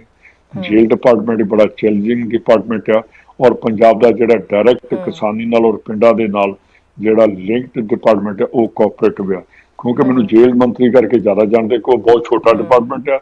ਤੇ ਜਿਹੜੀ ਪੈਰਲਲ ਗਵਰਨਮੈਂਟ ਦੇ ਵਾਂਗੂ ਜਿਹੜੇ ਕੋਲ ਬਹੁਤ ਜ਼ਿਆਦਾ ਮਾਰਕਫੈਡ, ਮਿਲਕਫੈਡ, ਸ਼ੂਗਰਫੈਡ ਔਰ ਮਿਲਕਫੈਡ, दूसरे ये जी cooperative bank, land mortgage bank, ये सारे चीज़ां ਜਿਹੜੀਆਂ ਕੋਆਪਰੇਟਿਵ ਡਿਪਾਰਟਮੈਂਟ ਇਹ ਡਾਇਰੈਕਟ ਲੋਕਾਂ ਦੇ ਨਾਲ ਜੁੜਿਆ। ਤੇ ਮੈਨੂੰ ਤੇ ਇਹੋ ਜਿਹੀ ਕੋਈ ਨਾਰਾਜ਼ਗੀ ਵੀ ਨਹੀਂ ਕਿ ਮੇਰੇ ਕੋਲ ਮੰਤਰਾਲਿਆ ਮਾੜਾ, ਮੇਰੇ ਕੋਲ ਜਾਂ ਕੋਈ ਹੋਰ ਚੀਜ਼ ਮਾੜੀ। ਤੇ ਮੇਰੇ ਤੇ ਮੈਂ ਤੇ ਬਿਲਕੁਲ ਸਭ ਤੋਂ ਬੈਸਟ ਔਰ ਡਿਪਾਰਟਮੈਂਟ ਜਿਹੜੇ ਮੇਰੇ ਕੋਲ ਨੇ। ਔਰ ਮੇਰਾ ਖਿਆਲ ਹੈ ਕਿ ਜਿਸ ਤਰੀਕੇ ਦੇ ਨਾਲ ਮੈਂ ਆਪਣੇ ਮਾਰਕਫੈਡ ਦਾ 800 ਕਰੋੜ ਦਾ ਜਿਹੜਾ ਕਰਜ਼ਾ ਸੀਗਾ ਉਹਨੂੰ ਮੈਂ 500 ਕਰੋੜ ਮੈਂ 3 ਸਾਲਾਂ 'ਚ ਆਪਣੇ ਟੈਨਿਓਰ ਦੇ ਵਿੱਚ ਉਹ ਵੀ ਉਤਾਰ ਦਿੱਤਾ। ਮਿਲਕਫੈਡ ਨੂੰ ਪ੍ਰੋਫਿਟ 'ਤੇ ਲੈ, ਸ਼ੂਗਰਫੈਡ ਦਾ ਜਿਹਨੇ ਲਾਸਿਸ ਦੇ ਮੈਂ ਘਟਾ ਦਿੱਤੇ, ਨਵੀਆਂ ਸ਼ੂਗਰ ਮਿਲਾਂ ਲੈ ਕੇ ਜਾ ਰਿਹਾ। ਤੋ ਇਸ ਕਰਕੇ ਮੈਨੂੰ ਤਾਂ ਨਹੀਂ ਕੋਈ ਇਹ ਕਹਿ ਸਕਦਾ ਕਿ ਵੀ ਇਹ ਨਾਰਾਜ਼, ਇਹਨੂੰ ਡਿਪਾਰਟਮੈਂਟ ਕੋਈ ਚੰਗਾ ਨਹੀਂ। ਤੇ ਇਹ ਚੀਜ਼ਾਂ ਕੋਈ ਨਹੀਂ ਹੈ ਮੇਰੇ ਲਈ, ਡਿਪਾਰਟਮੈਂਟ ਦੀ ਕੋਈ ਗੱਲ ਨਹੀਂ। ਮੈਨੂੰ ਦੂਸਰਿਆਂ ਦੇ ਮਨ ਦਾ ਨਹੀਂ ਪਤਾ ਕਿ ਉਹਨਾਂ ਦੇ ਦਿਮਾਗ 'ਚ ਕੀ ਹੈ। ਬਿਲਕੁਲ ਰੰਧਾਵਾ ਸਰ, ਇਹਨਾਂ ਦਿਨਾਂ ਦੇ ਵਿੱਚ ਇੱਕ ਹੋਰ ਗੱਲ ਜਿਹੜੀ ਹੈ ਧਿਆਨ ਦੇ ਵਿੱਚ ਆ ਰਹੀ ਹੈ। ਤੁਹਾਨੂੰ ਨਵਜੋਤ ਸਿੰਘ ਸਿੱਧੂ ਨੇ ਇੱਕ ਵਾਰੀ ਤੁਹਾਨੂੰ ਵੀ ਕਿਹਾ ਸੀ, ਮਾਈਕ ਜਦੋਂ ਲਿਆ ਸੀਗਾ, ਮੈਨੂੰ ਬੋਲਣ ਨਹੀਂ ਦਿੰਦੇ, ਲੱਤਾਂ ਮੇਰੀਆਂ ਜਿਹੜੀਆਂ ਲੱਤਾਂ ਕਿਸੇ ਹੋਰ ਦੇ ਮਾਰੋ। ਉਹ ਟਿੱਪਣੀ ਦੇ ਉੱਤੇ ਤੁਹਾਡਾ ਉਹਨਾਂ ਨਾਲ ਹੋ ਗਿਆ ਹੋਇਆ, ਉਹ ਸੁਲਝ ਗਿਆ ਸੀ ਮਸਲਾ? ਨਹੀਂ ਵੇਖੋ, ਮੇਰਾ ਇਹ ਮਸਲਾ ਜਿਹੜੀਆਂ ਇਹੋ ਜਿਹੀਆਂ ਚੀਜ਼ਾਂ ਹੁੰਦੀਆਂ ਨੇ, ਮੇਰਾ ਮਸਲਾ ਮੈਂ ਉਸ ਵੇਲੇ ਵੀ ਮੈਂ ਇੱਕ, ਕਿਉਂਕਿ ਮੇਰੀ 3rd ਜਨਰੇਸ਼ਨ 1921 ਦੇ ਵਿੱਚ ਮੇਰੇ ਗ੍ਰੈਂਡਫਾਦਰ ਕਾਂਗਰਸ ਜੁਆਇਨ ਕੀਤੀ ਸੀ, ਸਰਦਾਰ ਦਲੀਪ ਸਿੰਘ ਹੋਣਾ, ਮਾਸਟਰ ਤਾਰਾ ਸਿੰਘ, ਇਹ ਸਾਰੇ ਕਲਾਸ ਫੈਲੋ ਸੀਗੇ। ਔਰ ਇਹ 1921 ਵਿੱਚ ਜੁਆਇਨ ਕਰਕੇ ਅੱਜ ਮੇਰੇ ਖਿਆਲ 100 ਸਾਲ ਅੱਜ 21 ਚੱਲ ਰਿਹਾ। ਤੇ ਮੇਰੀ ਫੈਮਿਲੀ ਕਾਂਗਰਸ 'ਚ ਰਹੀ ਆ। ਮੈਂ ਤੇ ਬੜੇ ਆਪਣਾ ਕਹਿ ਸਕਦਾ ਕਿ ਇਹ ਸਾਡੀ ਫੈਮਿਲੀ ਨੇ ਅੱਜ ਤੱਕ ਨਾ ਕਾਂਗਰਸ ਛੱਡੀ ਆ, ਨਾ ਕਿਸੇ ਪਾਰਟੀ 'ਚ ਹੋਰ ਗਏ ਨੇ। ਜਿੱਥੇ ਕਿਤੇ ਇਹੋ ਜਿਹੀ ਗੱਲ ਆ ਜਾਏਗੀ ਤੇ ਮੇਰੇ ਲਈ ਆਪਣੀ ਪਹਿਲਾਂ ਪਾਰਟੀ ਆ, ਪੰਜਾਬ ਆ, ਉਹਦੇ ਬਾਅਦ ਸੁਖਜਿੰਦਰ ਸਿੰਘ ਰੰਧਾਵਾ। ਜੀ ਰੰਧਾਵਾ ਸਰ, ਤੁਹਾਨੂੰ ਕੀ ਲੱਗਦਾ ਹੈ ਸਿੱਧੂ ਇੱਕ ਟੀਮ ਪਲੇਅਰ ਨੇ? ਕਿਉਂਕਿ ਹੁਣ ਤੱਕ ਦਾ ਸਫ਼ਰ ਅਸੀਂ ਸਾਰੇ ਸਿੱਧੂ ਦਾ ਜਾਣਦੇ ਹਾਂ। ਸਿਆਸਤ ਵਿੱਚ ਜਿਹੜੀ ਹੈ ਇਹ ਵੀ ਜ਼ਰੂਰੀ ਹੁੰਦਾ ਵੀ ਟੀਮ ਬਣਾ ਕੇ ਚੱਲਣਾ ਬਹੁਤ ਜ਼ਰੂਰੀ ਹੁੰਦਾ ਹੈ। ਤੁਸੀਂ ਉਹਨਾਂ ਨੂੰ ਟੀਮ ਪਲੇਅਰ ਮੰਨਦੇ ਹੋ? ਕਿਉਂਕਿ ਹੁਣ ਤੱਕ ਤਾਂ ਜਿਹੜਾ ਦੇਖਿਆ ਜਾਂਦਾ ਸਿੱਧੂ ਇੱਕ 1 ਮੈਨ ਸ਼ੋਅ ਹੀ ਚਲਾ ਰਹੇ ਨੇ। ਤੁਹਾਡੀ ਇਸ ਤੇ ਕੀ ਰਾਏ ਹੈ? ਕੋਈ ਇਹ ਜ਼ਰੂਰ ਸੈਲੀਬ੍ਰਿਟੀ ਹੈਗਾ ਔਰ ਉਹਦੇ ਵਿੱਚ, ਪਰ ਪੋਲਿਟਿਕਸ ਦੇ ਵਿੱਚ ਟੀਮ ਬਣ ਕੇ ਚੱਲਣਾ ਪਏਗਾ। ਆਪਣੇ ਇੱਕ ਵੱਖਰੀ ਰਾਹ ਲੈ ਕੇ ਬਿਲਕੁਲ ਬੰਦਾ ਕਦੀ ਵੀ ਸਕਸੈਸਫੁਲ ਨਹੀਂ ਹੋ ਸਕਦਾ। ਇਹ ਕਈਆਂ ਦੀਆਂ ਸੁਣਨੀਆਂ ਹੀ ਪੈਂਦੀਆਂ ਔਰ ਕਈਆਂ ਨੂੰ ਸੁਣਾਉਣੀਆਂ ਵੀ ਪੈਂਦੀਆਂ। ਤੇ ਜੇ ਤੁਹਾਡੇ 'ਚ ਇਹ ਦੋਨੋਂ ਪੇਸ਼ੈਂਸ ਹੈ ਨਹੀਂ ਤੇ ਪੋਲਿਟਿਕਸ ਦੇ ਵਿੱਚ ਉਹਦਾ ਕੋਈ ਮਤਲਬ ਨਹੀਂ।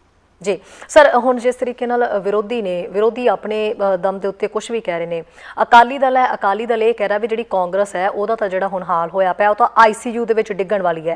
ਕੈਪਟਨ ਸਾਹਿਬ ਬਜਾਏ ਉਹਨਾਂ ਨੂੰ ਜਵਾਬ ਦੇਣ ਦੇ ਆਪਣੇ ਹੀ ਮੰਤਰੀਆਂ ਦੇ ਨਾਲ ਖਹਿਬਾਜ਼ੀ ਦੇ ਵਿੱਚ ਉਲਝੇ ਹੋਏ ਨੇ।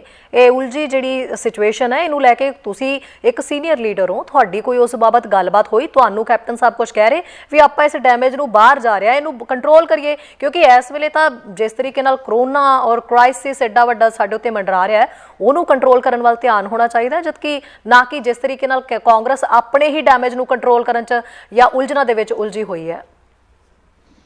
ਦੇਖੋ, ਪਹਿਲੀ ਗੱਲ ਤੇ ਜਿਹੜੀ ਵਿਰੋਧੀ ਪਾਰਟੀਆਂ, ਅਕਾਲੀ ਦਲ ਜਿਹੜੀ ਕਹਿ ਰਹੀ ਕਿ ICU 'ਚ ਗਏ ਨੇ, ਜਿਹੜੇ ਵੈਂਟੀਲੇਟਰ ਤੇ ਉਹਨਾਂ ਤੋਂ ਵੈਸੇ ਬੋਲਣ ਦਾ ਕੋਈ ਰਾਈਟ ਨਹੀਂ। ਅਸੀਂ ਤੇ ICU 'ਚ ਹੋਵਾਂਗੇ ਤੇ ਇਹ ਪਤਾ ਹੋਏਗਾ ਕਿ 2-4 ਦਿਨ 'ਚ ਬਾਹਰ ਆ ਜਾਗੇ। ਤੇ ਜਿਹੜੇ ਵੈਂਟੀਲੇਟਰ ਤੇ ਹੁੰਦੇ ਆ ਤੇ ਪਤਾ ਨਹੀਂ 90% ਕੀ ਪਤਾ ਕਿ ਉਹਨਾਂ ਦਾ ਕੀ ਹਾਲ ਹੋਣਾ। ਤੋ ਇਸ ਕਰਕੇ ਉਹਨਾਂ ਦੀ ਤਾਂ ਆਪਾਂ ਗੱਲ ਹੀ ਕਰਦੇ। ਜਿਹੜੀ ਸੈਕੰਡ ਗੱਲ ਤੁਸੀਂ ਕਰੋਨਾ ਦੀ ਕੀਤੀ ਹੈ, ਅੱਜ ਵੀ ਮੈਂ ਆਪਣੇ ਇਲਾਕੇ 'ਚ ਘੁੰਮ ਰਿਹਾ, ਚਾਹੇ ਮੇਰੇ ਡਿਫਰੈਂਸਿਸ ਦੇ ਕੈਪਟਨ ਸਾਹਿਬ ਨਾਲ ਜਾਂ ਜੋ ਵੀ ਹੈਗਾ, ਪਰ ਮੇਰੇ ਆਪਣੀ ਪਬਲਿਕ ਦੇ ਲਈ ਜਿਹਨਾਂ ਮੈਨੂੰ ਵੋਟਾਂ ਪਾਈਆਂ, ਮੈਂ ਅੱਜ ਤੁਹਾਨੂੰ ਫੋਟੋ ਬਾਅਦ 'ਚ ਭੇਜ ਦੇਵਾਂਗਾ ਕਿ ਮੈਂ ਲੋਕਾਂ ਦੇ ਵਿੱਚ ਘੁੰਮ ਕੇ ਆਇਆ, ਲੋਕਾਂ ਨਾਲ ਗੱਲਾਂ ਕਰਕੇ ਆਇਆ, ਲੋਕਾਂ ਦੀਆਂ ਸੁਣ ਕੇ ਆਇਆ। ਮੈਂ ਆਪਣੇ ਵੈਕਸੀਨ ਬਾਰੇ ਆਪਣੇ ਜਦੋਂ ਪਹਿਲਾਂ ਤੁਸੀਂ ਮੇਰੇ ਨਾਲ ਗੱਲ ਕਰ ਰਹੇ ਸੀ, ਮੈਂ ਤੁਹਾਨੂੰ ਕਹਿ ਰਿਹਾ ਸੀ ਕਿ ਦੋਨੋਂ ਹਸਪੀਟਲ ਦੇ ਵਿੱਚ ਤਿੰਨੋਂ SMOs ਦੇ ਨਾਲ ਮੈਂ ਮੀਟਿੰਗ ਕੀਤੀ ਕਿ ਕਿੰਨੀ ਵੈਕਸੀਨ ਆ ਰਹੀ ਆ। ਤੇ ਉਹਨਾਂ ਨੇ ਮੈਨੂੰ ਇਹ ਵੀ ਕਿਹਾ ਕਿ ਜੀ ਸਾਡੇ ਕੋਲ ਜਿਹੜੀਆਂ 200 ਡੋਜ਼ ਪਰ ਡੇ ਜਿਹੜੀ ਆ ਰਹੀ ਆ ਤੇ ਇਹਦੇ ਨਾਲ ਸਾਡੇ ਜਿਹੜੀ ਹੈ ਕਿ 6 ਮਹੀਨੇ ਦੇ ਵਿੱਚ ਮੈਂ ਕਿਹਾ ਇਹ ਤੇ ਬਹੁਤ ਟਾਈਮ ਲੱਗੇਗਾ। ਔਰ ਮੈਂ ਇਹ ਵੀ ਤੁਹਾਡੇ ਕਹਿਣਾ ਚਾਹੁੰਦਾ ਕਿ ਜਿਸ ਕੰਟਰੀ ਦੇ ਵਿੱਚ ਪ੍ਰਾਈਮ ਮਿਨਿਸਟਰ ਦਾ ਇਹਦੇ ਵੱਲ ਕੋਵਿਡ ਵੱਲ ਧਿਆਨ ਘੱਟ ਆ, ਵੈਕਸੀਨ ਵੱਲ ਧਿਆਨ ਘੱਟ ਆ, ਵੇਖੋ ਜੇ ਦੁਨੀਆ ਬਚੇਗੀ ਤੇ ਅਸੀਂ ਪੋਲਿਟਿਕਸ ਕਰ ਸਕਦੇ ਹਾਂ। ਸਾਨੂੰ ਸਾਰਿਆਂ ਨੂੰ ਇੱਕ ਕੰਮ ਕਰਨਾ ਚਾਹੀਦਾ ਕਿ ਜਿੰਨੀ ਵੀ ਕੋਈ ਡਿਵੈਲਪਮੈਂਟ ਤੇ ਬਾਅਦ ਚ ਦੇਖ ਲਾਂਗੇ, ਗਲੀਆਂ ਨਾਲੀਆਂ ਜਾਂ ਕੋਈ ਪੁਲ ਜਾਂ ਬ੍ਰਿਜਸ ਜਾਂ ਰੋਡ ਬਾਅਦ ਚ ਬਣ ਸਕਦੀਆਂ। ਜੇ ਅਸੀਂ ਜੀਂਦੇ ਰਵਾਂਗੇ ਤੇ ਇਹਨਾਂ ਸੜਕਾਂ ਦੇ ਉੱਪਰ ਜਾਵਾਂਗੇ, ਤੇ ਜੇ ਅਸੀਂ ਨਾ ਰਹੇ ਤੇ ਇਹਨਾਂ ਦਾ ਰੋਡਸ ਦਾ ਕੋਈ ਫਾਇਦਾ ਨਹੀਂ। ਇਸ ਲਈ ਹਰ ਸਟੇਟ ਗਵਰਨਮੈਂਟ ਨੂੰ ਗਲੋਬਲ ਟੈਂਡਰ ਕਰਕੇ ਜਿਹੜੀ ਵੀ ਕੰਟਰੀ ਚੋਂ ਮਹਿੰਗੀ ਸਸਤੀ ਜੋ ਵੀ ਵੈਕਸੀਨ ਮਿਲਦੀ ਆ ਇਮੀਡੀਏਟਲੀ ਆਪਣੀ ਕੰਟਰੀ ਚ ਲੈ। 130 ਕਰੋੜ ਅਸੀਂ ਹਿੰਦੁਸਤਾਨ ਦੀ ਪਾਪੂਲੇਸ਼ਨ ਹੈ ਤੇ ਅਜੇ ਤੱਕ ਲੱਗਾ ਕਿ 3 ਕਰੋੜ ਨੂੰ ਵੈਕਸੀਨ ਹੋਈ ਆ। ਕਿੱਥੇ ਪਹੁੰਚਾਂਗੇ, ਕਿੰਨੇ ਸਾਲਾਂ ਚ ਪਹੁੰਚਾਂਗੇ? ਜਦੋਂ ਖਤਮ ਹੋ ਜਾਣਗੇ ਫੇਰ ਕਰਾਂਗੇ। ਤੇ ਹੁਣ ਤੇ ਉਦੋਂ 8ਵੇਂ ਪਾਤਸ਼ਾਹ ਵਾਂਗੂ ਜਾਂ ਤੇ ਫਿਰ ਗੁਰੂ ਅਵਤਾਰ ਧਾਰਨ ਕਿ ਜਿਨ੍ਹਾਂ ਚੇਚਕ ਦਾ ਜਾ ਕੇ ਇਲਾਜ ਕੀਤਾ ਤੇ ਅੱਜ ਸਾਰੇ ਆਪਣੇ ਉੱਤੇ ਲਈ, ਜਾਂ ਤੇ ਹੁਣ ਉਹੋ ਜਿਹੇ ਅਵਤਾਰ ਹੋਣ।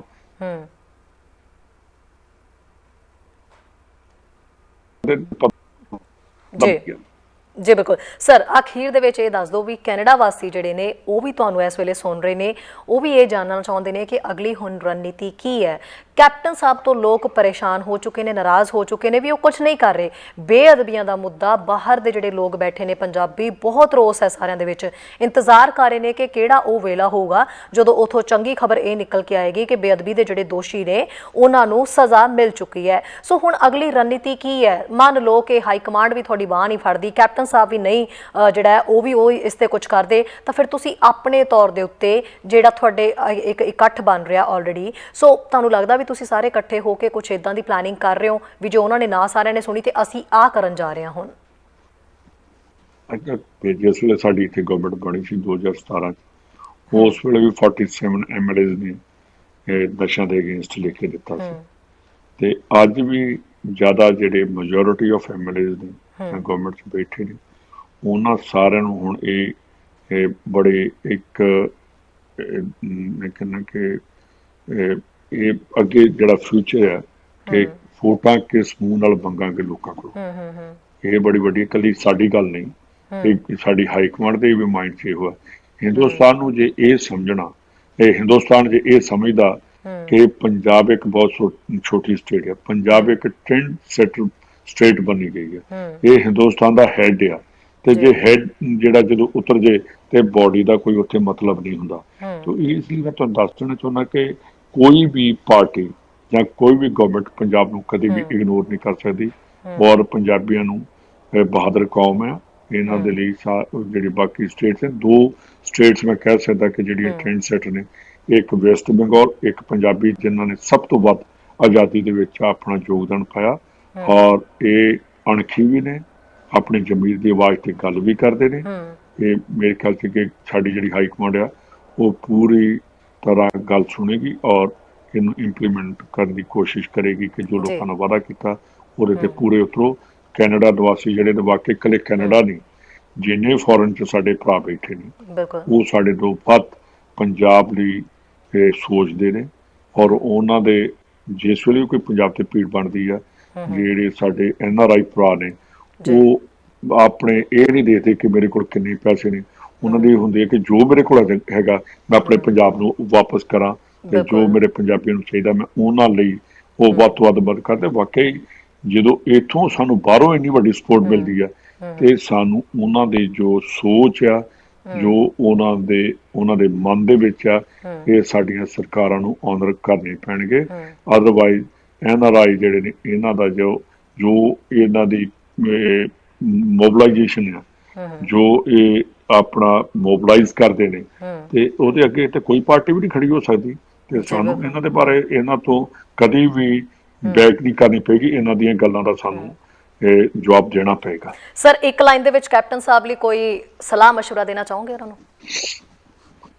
ਕਿਉਂਕਿ ਸਾਡੇ ਕੈਪਟਨ ਸਾਹਿਬ ਨੂੰ ਮੈਂ ਕੈਬਨਿਟ 'ਚ ਜਾਣਾ, ਜਿਸ ਦਿਨ ਮੈਂ ਰਿਜ਼ਾਈਨ ਵੀ ਕੀਤਾ ਉਹਦੇ ਤੋਂ ਦੂਜੀ ਮੀਟਿੰਗ 'ਚ ਮੈਂ ਨਹੀਂ ਗਿਆ, ਜਿਹੜੀ ਸੈਕੰਡ ਔਰ ਥਰਡ ਮੀਟਿੰਗ ਹੋਈ ਆ ਉਹਨਾਂ 'ਚ, ਥਰਡ ਔਰ ਫੋਰਥ ਮੀਟਿੰਗ ਦੇ ਵਿੱਚ ਮੈਂ ਗਿਆ, ਅਗਲੀ 'ਚ ਵੀ ਗਿਆ।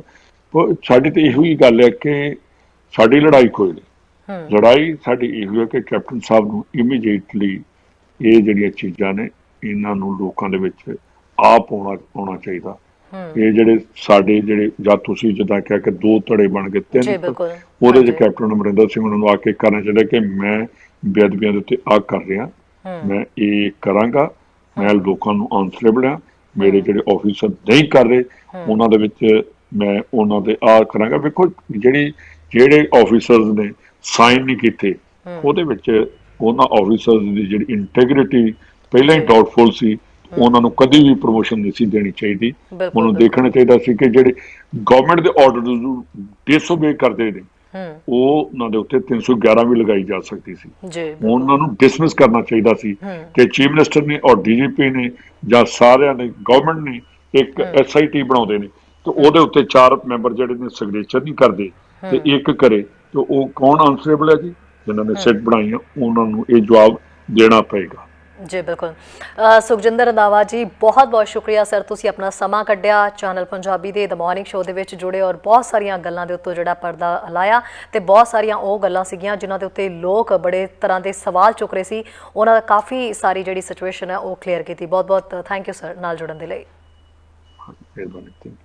ਜੀ ਸੋ ਜੇਲ੍ਹ ਮੰਤਰੀ ਸੁਖਜਿੰਦਰ ਰੰਧਾਵਾ ਸਾਡੇ ਨਾਲ ਜੁੜੇ ਹੋਏ ਸੀਗੇ। ਗੱਲਾਂ ਉਹਨਾਂ ਨਾਲ ਇਸ ਬਾਬਤ ਕੀਤੀਆਂ ਜਾ ਰਹੀਆਂ ਸੀਗੀਆਂ ਕਿ ਅਗਲੀ ਜਿਹੜੀ ਰਣਨੀਤੀ ਹੈ ਕੀ ਹੋਏਗੀ ਤੇ ਬੇਅਦਬੀ ਮਾਮਲਿਆਂ ਦੇ ਵਿੱਚ ਆਖਿਰਕਾਰ ਕੌਣ ਹੈ ਜਿਹੜਾ ਅੜਿੱਕਾ ਪਾ ਰਿਹਾ ਤੇ ਦੋਸ਼ੀਆਂ ਨੂੰ ਬਚਾ ਰਿਹਾ ਹੈ।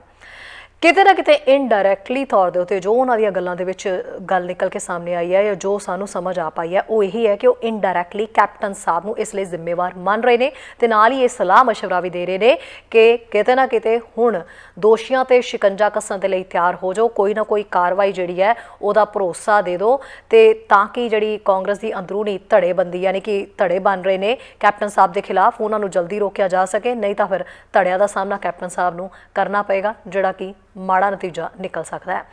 ਕੱਲ ਫਿਰ ਦ ਮਾਰਨਿੰਗ ਸ਼ੋਅ ਦੇ ਵਿੱਚ ਜੁੜਾਂਗੇ ਤੇ ਜਿਹੜੇ ਕਾਲਰਸ ਹੈ ਮੇਰੇ ਕਾਲ ਕਰ ਰਹੇ ਸੀਗੇ, ਮੈਂ ਕਾਲ ਨਹੀਂ ਉਹਨਾਂ ਦੀ ਅਟੈਂਡ ਕਰ ਪਾਈ ਕਿਉਂਕਿ ਮੈਂ ਚਾਹੁੰਦੀ ਸੀ ਕਿ ਅੱਜ ਸਾਡੇ ਨਾਲ ਜੇਲ੍ਹ ਮੰਤਰੀ ਜੁੜੇ ਹੋਏ ਨੇ। ਸੋ ਬੇਅਦਬੀਆਂ ਦੇ ਮਾਮਲੇ ਦੇ ਉੱਤੇ ਅਸੀਂ ਉਹਨਾਂ ਦੀ ਸਾਰੀ ਗੱਲਬਾਤ ਹੈ ਉਹ ਆਰਾਮ ਨਾਲ ਸੁਣੀਏ। ਸੋ ਕੱਲ ਆਪਾਂ ਸਾਰੇ ਕਾਲਰਸ ਨੂੰ ਨਾਲ ਲਵਾਂਗੇ ਤੇ ਬਹੁਤ ਸਾਰੀਆਂ ਗੱਲਾਂ ਨਵੇਂ ਅਪਡੇਟਸ ਦੇ ਉੱਤੇ ਕਰਾਂਗੇ।